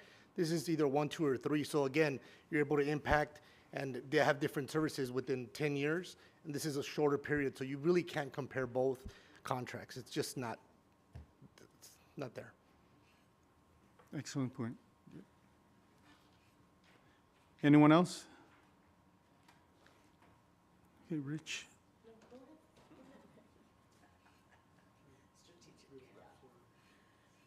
Hello, Patricia Herrera with Republic Services. And I just want to leave one additional thought because I would be doing an injustice to my crew and to the company that I've been employed with for 28 years. Everybody's talking numbers and money, and in today's economy, I absolutely understand that. But what I do want to mention is safety. I want you to think about the trucks, the staff that are going to be in your community. We've been in your communities for over 30 years. We've done a safe job. Do incidents happen? Absolutely. But I guarantee the 28 years that I've been at Republic Services, I will put my safety record against any other in our industry here in this valley. You will not find safer trucks, safer drivers. We go through rigorous training for our drivers. You can't just come in, get hired, get a route sheet thrown at you, and here you go. We train our drivers for a minimum of 30 days after they're hired, and that's even with trash industry experience. They can come from one of these other companies because they want better pay, they want better benefits. They come to us with experience, 10 years of experience. And I still make them, our company makes them train for more than 30 days. So I know that there's residents here making comments about the money and things like that. But me being an operations manager, my concern is the safety. And I will tell you, that is why I have chosen to stay at Republic, because I know what our shop goes through to fix our trucks and to look at our trucks and to be proactive on our trucks. And I know now as an operations manager, I knew as a supervisor, I knew as a dispatcher, but I know even more now what I require for my crew to go through. And the few that are here tonight, I'm very proud of them. They do a great job. Some of them work in your communities now. Some of them have worked in your communities in the past. They've always done a great job. They've always came home at night to their families just as they came in the morning, safe. And that's also what they're doing for your communities out there. They're getting you service, and they're doing it safely. Thank you. Thank you very much. Anyone else who'd like to address the council? Mr. Cagley. Good evening, Richard Caglia. First of all, I feel like I'm reliving a council meeting from, I don't know, a couple of months ago. Point of order, Scott. Can this council actually go back? I know we're under public comment, and we can say anything out here. You're having a lot of robust discussion and question asking up there. But can the council actually go back and undo something that's already been done at tonight's meeting, or are we stuck with the issue before us tonight that's on your agenda? Go ahead. Yeah. Would you like me to answer? Yeah, please. That'll give us direction up here too. I think it was just direction to the council gave direction to staff. You didn't take official action, but even if you did, you could do a reconsideration if you wanted to. But my recollection from the meeting a couple months ago was no action was taken on the staff's recommendation to award a contract at that time. Direction was given to staff to go back on a process. So, yeah, I mean, I would suggest tonight, you can't do anything other than what's on the agenda as far as action, but if you wanted to direct staff to do something different, you could. But you could not take action tonight. I guess if the hypothetical is to take action tonight to award a contract based on a previous proposal, no, you could not do that tonight. Thank you, Scott. Okay, so that was helpful, especially for you, because I've been in your position before with controversial issues, and I understand that it's tough when you're spinning on a spot with a lot of public comment and confusion, especially amongst your residents, which is one of the things you want to be most clear with is your residents. That being said, you know, you went from having a contract with your current provider with a contract extension, and because of service issues, you chose to go out to bid.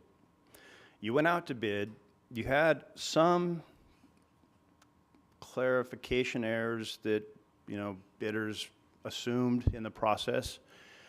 And we came to a council meeting several months ago where you decided that you didn't like that process. We had a conflict with one of the other vendors, with the vendor you hired. They weren't here at the meeting to answer some of the complex questions that you have. So council said, let's go out and start over. It might take some extra time, but we're all in for some extra time. And to some of the public commenters' comments tonight, we all kind of step back and says, all right, we're willing to take some time. And we'll come back and we'll reshoot this thing a different direction. And we're ready to do that, and we're prepared to do that. And it does seem to me like you might need a little extra time, but you did put out an RFP. And if you're going to bring back the old results, the issue was, if you recall, splitting the two up, and there was that consideration. So at this point going forward, you've heard from your council of what you're limited to tonight. Your service providers that put out RFPs are dealing with virtually essentially the same vendors. And we can get the material, we can get the trucks, and when I say the trucks are on the ground, they're not really on the ground. Come on, that's a little over the top. They can be ordered, and our vendors will still honor the contracts that we intend to enter into them when we are awarded the contract with the city of Clovis. So thank you. Thank you, Mr. Cagley. Anyone else like to address the council at this time? Okay, seeing none, bring it back to the council. With regards to the item before us, what is the pleasure of the 1, 2, 3 year? The staff is recommending a 3-year extension with our current contractor. I would like to make a motion to deny the extension for this and direct staff to return to the original RFP and bring that before council at one of the very next meetings so that we can reconsider that. Okay. Do we have a second on that? Can we have discussion? Yeah. Do you want a second in discussion, or you want discussion? I want to discuss and then. Okay, so with the motion on the floor, we can still discuss, Scott, even though there's no second. Okay, go ahead. Here's my concern.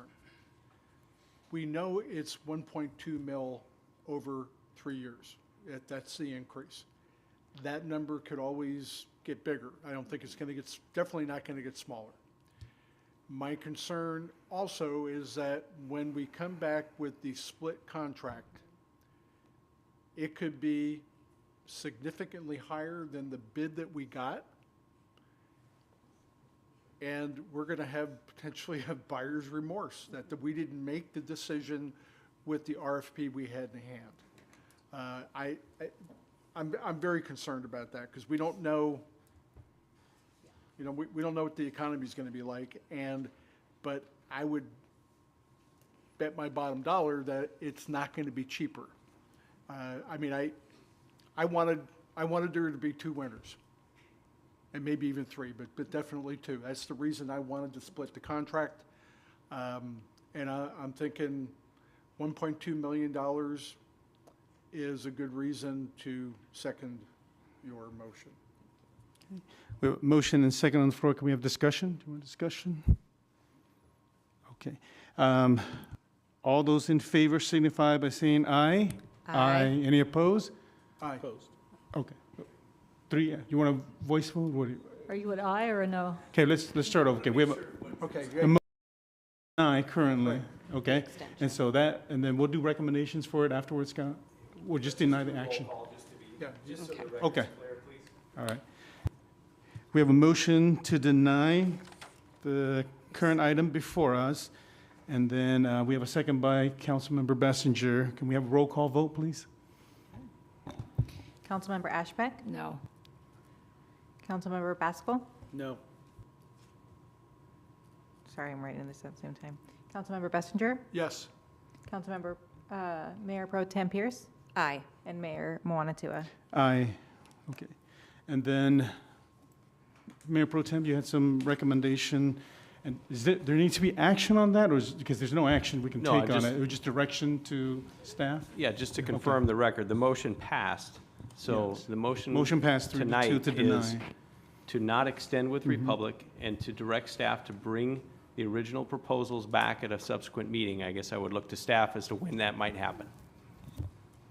April 21st would be probably the most soonest meeting. We should bring that back, so make sure we have everything in order.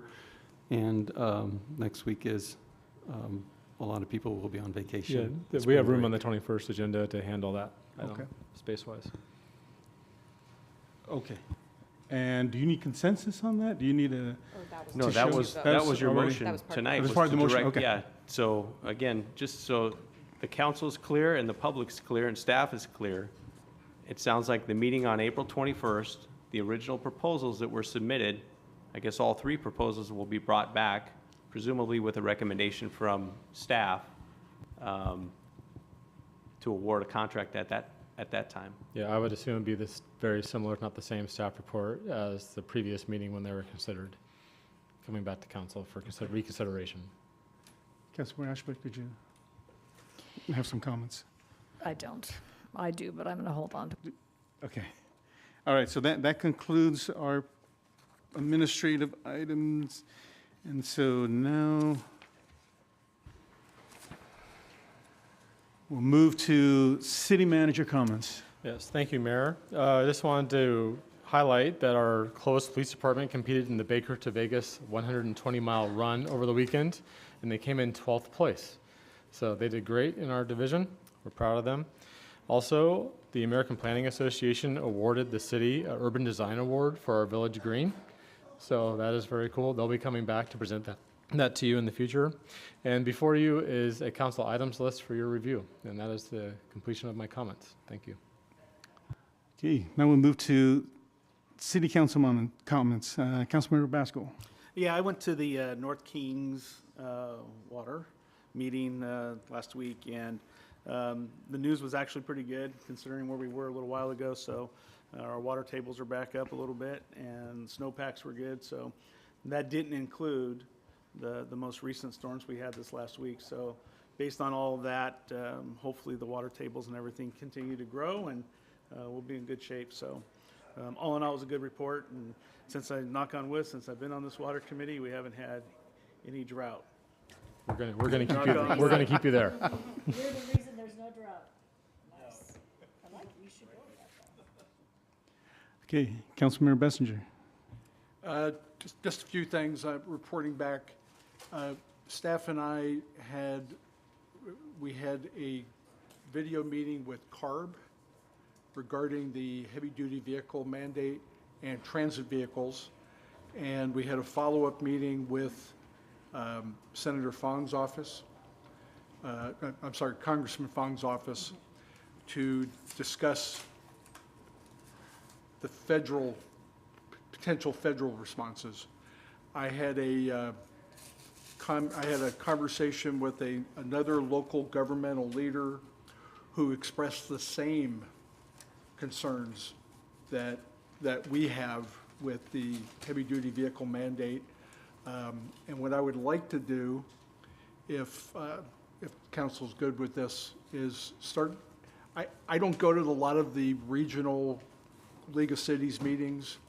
But I think maybe this is the time for us to have more regional discussions on this, because certainly we're not the only people involved in this mandate. And I think we could maybe get some support. So I would like to get out there and have conversations with our peers on this, if that is okay with the remainder of the council. Yeah. And on a lighter note, a couple of weeks back did story time at the Clovis Library, and they sent me a really nice little card with pictures with the kids. I have to say that the library they do great work.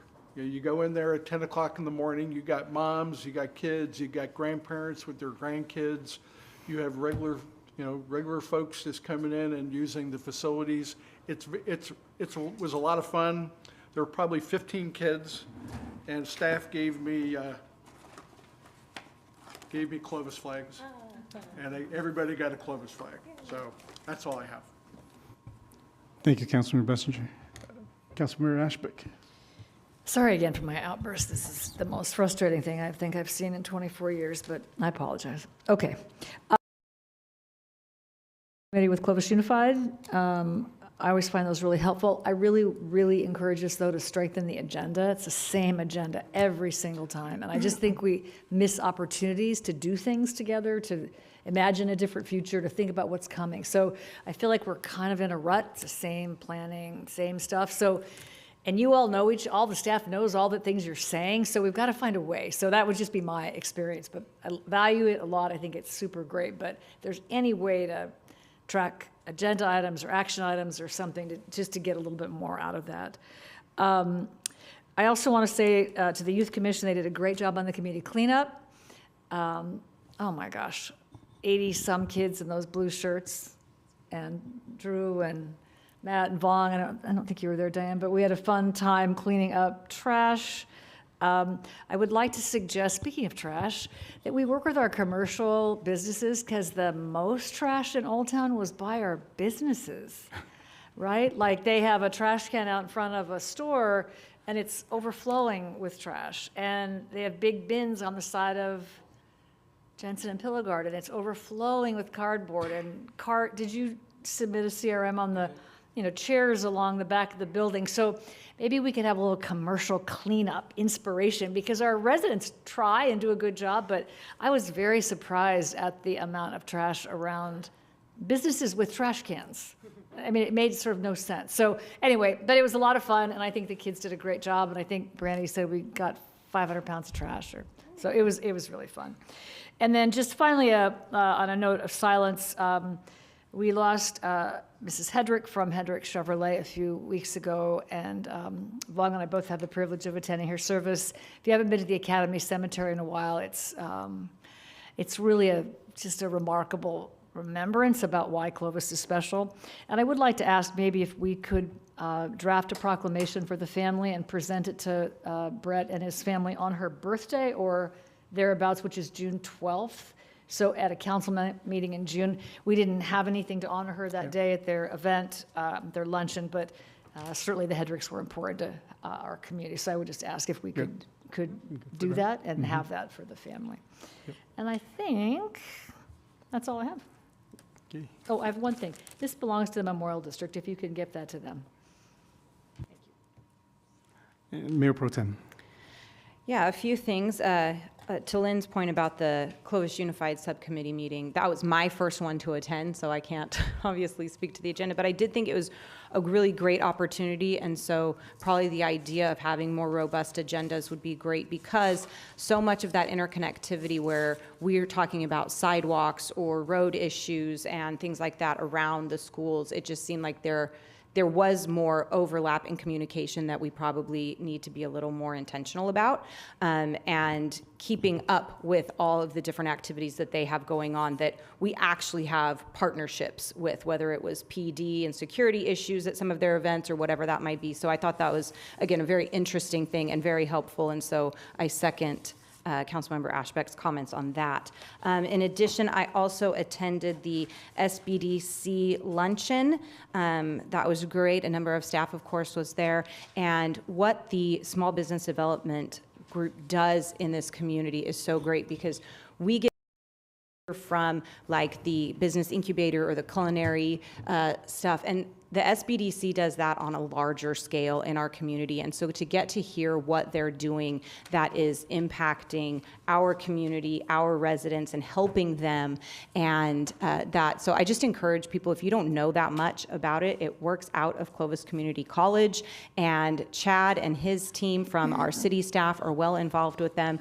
It's just a great organization to support business and entrepreneurs in our community, and to hear the success stories that come out, not just from Fresno County, but Madera County, Tulare County. Were there any others in that one? And Kings County. I knew there was another. To hear the success stories of the businesses that have been started and expanded because of the work of that organization, I think was really great. So I enjoyed that. That was my second time getting to be there, and that was a great thing. And then also, just last week, there was our retail and commercial broker mixer at Jeb's Blueberry Hill Cafe in Old Town, and that was an excellent event, again, put on by Chad and his economic development staff. Sean Miller was there. I know the mayor was able to attend. I know Drew was there. I didn't stay the whole time, so if anyone else was there, I didn't catch you. But another great opportunity just to highlight what the opportunities are here in the Clovis community when it comes to business. The availability of space in Old Town. Everybody wants to operate a business in Old Town, and there's some opportunities there. One of my favorite parts was just hearing the history that exists in the old Hoblet Hotel building, which is where Jeb's Blueberry Hill Cafe is now. There's so many great stories in Clovis, and we talk so much about preserving our heritage and our tradition, and so that's just another opportunity to do it, and I was glad to be able to experience some of that. So thank you not only for putting on the event to city staff, but also for the invitation for us to be able to go and be part of that. And I think that is it. Yeah, I bet you do. Yeah. Okay, I have quite a few to report out. First of all, I want to report from COG. We did approve a managed lane study. So that's sort of like the triangle lanes, carpool lanes, and how are fees assessed, and how are they going to assess it, and from where to where. And so it's preliminary, but there were a lot of discussion around, well, how does the public weigh in if we're going to assess a fee to go from North Fresno to go to downtown?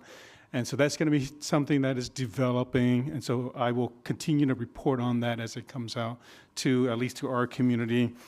With regards to Measure C, we have Adam Holt of Blair Church and Flynn appointed on behalf of the city. We still need an alternate, and I think because some of the conservative groups are here, Measure C is trying to reach out to conservative groups, because it was the conservative voice who helped vote down Measure C last time. And the recommendation of COG is we need to reach the conservative groups. I think they're reaching out to the Republican Central Committee, but there are others out there. If you would please apply, and so that way you can weigh in on this an extension of a current tax that we have for roads. And this committee important in that there are no electeds in it, and they will determine which buckets to create and how much of the funds go into each bucket. I think there's 14 cities or 16 cities? 15? Okay, so 14 cities will be able to appoint one onto it, and then the rest are about 10 to 12 community-based organizations with interest groups. So please, I encourage you to apply, so that way there is representation to represent Clovis. If not, then your interested groups. I want to thank Matt for going to is it Brainbirds? Oh, yeah. Yeah, they were so appreciative that you came there with certificates. Yeah, and so I think there was a lot of pride, a lot of joy. Yeah, and then they went to compete this weekend. And so they got to see it live, how smart these kids are. We have junior high, Chad's boy was there, son was there, and then there's a Buchanan team, a Clovis North team, a C-Tech team. There's like 4 Fresno area teams, and the Brainbirds are probably I would say the most experienced. Yeah, bird brains, okay. Not brain birds. And they came from the whole world, Turkey, Hawaii, China, or Taiwan, and then across the United States. And so it's sort of, they call it the varsity competition of robotics. Went to the Clovis Community College Asian American Day celebration, met the interim president there.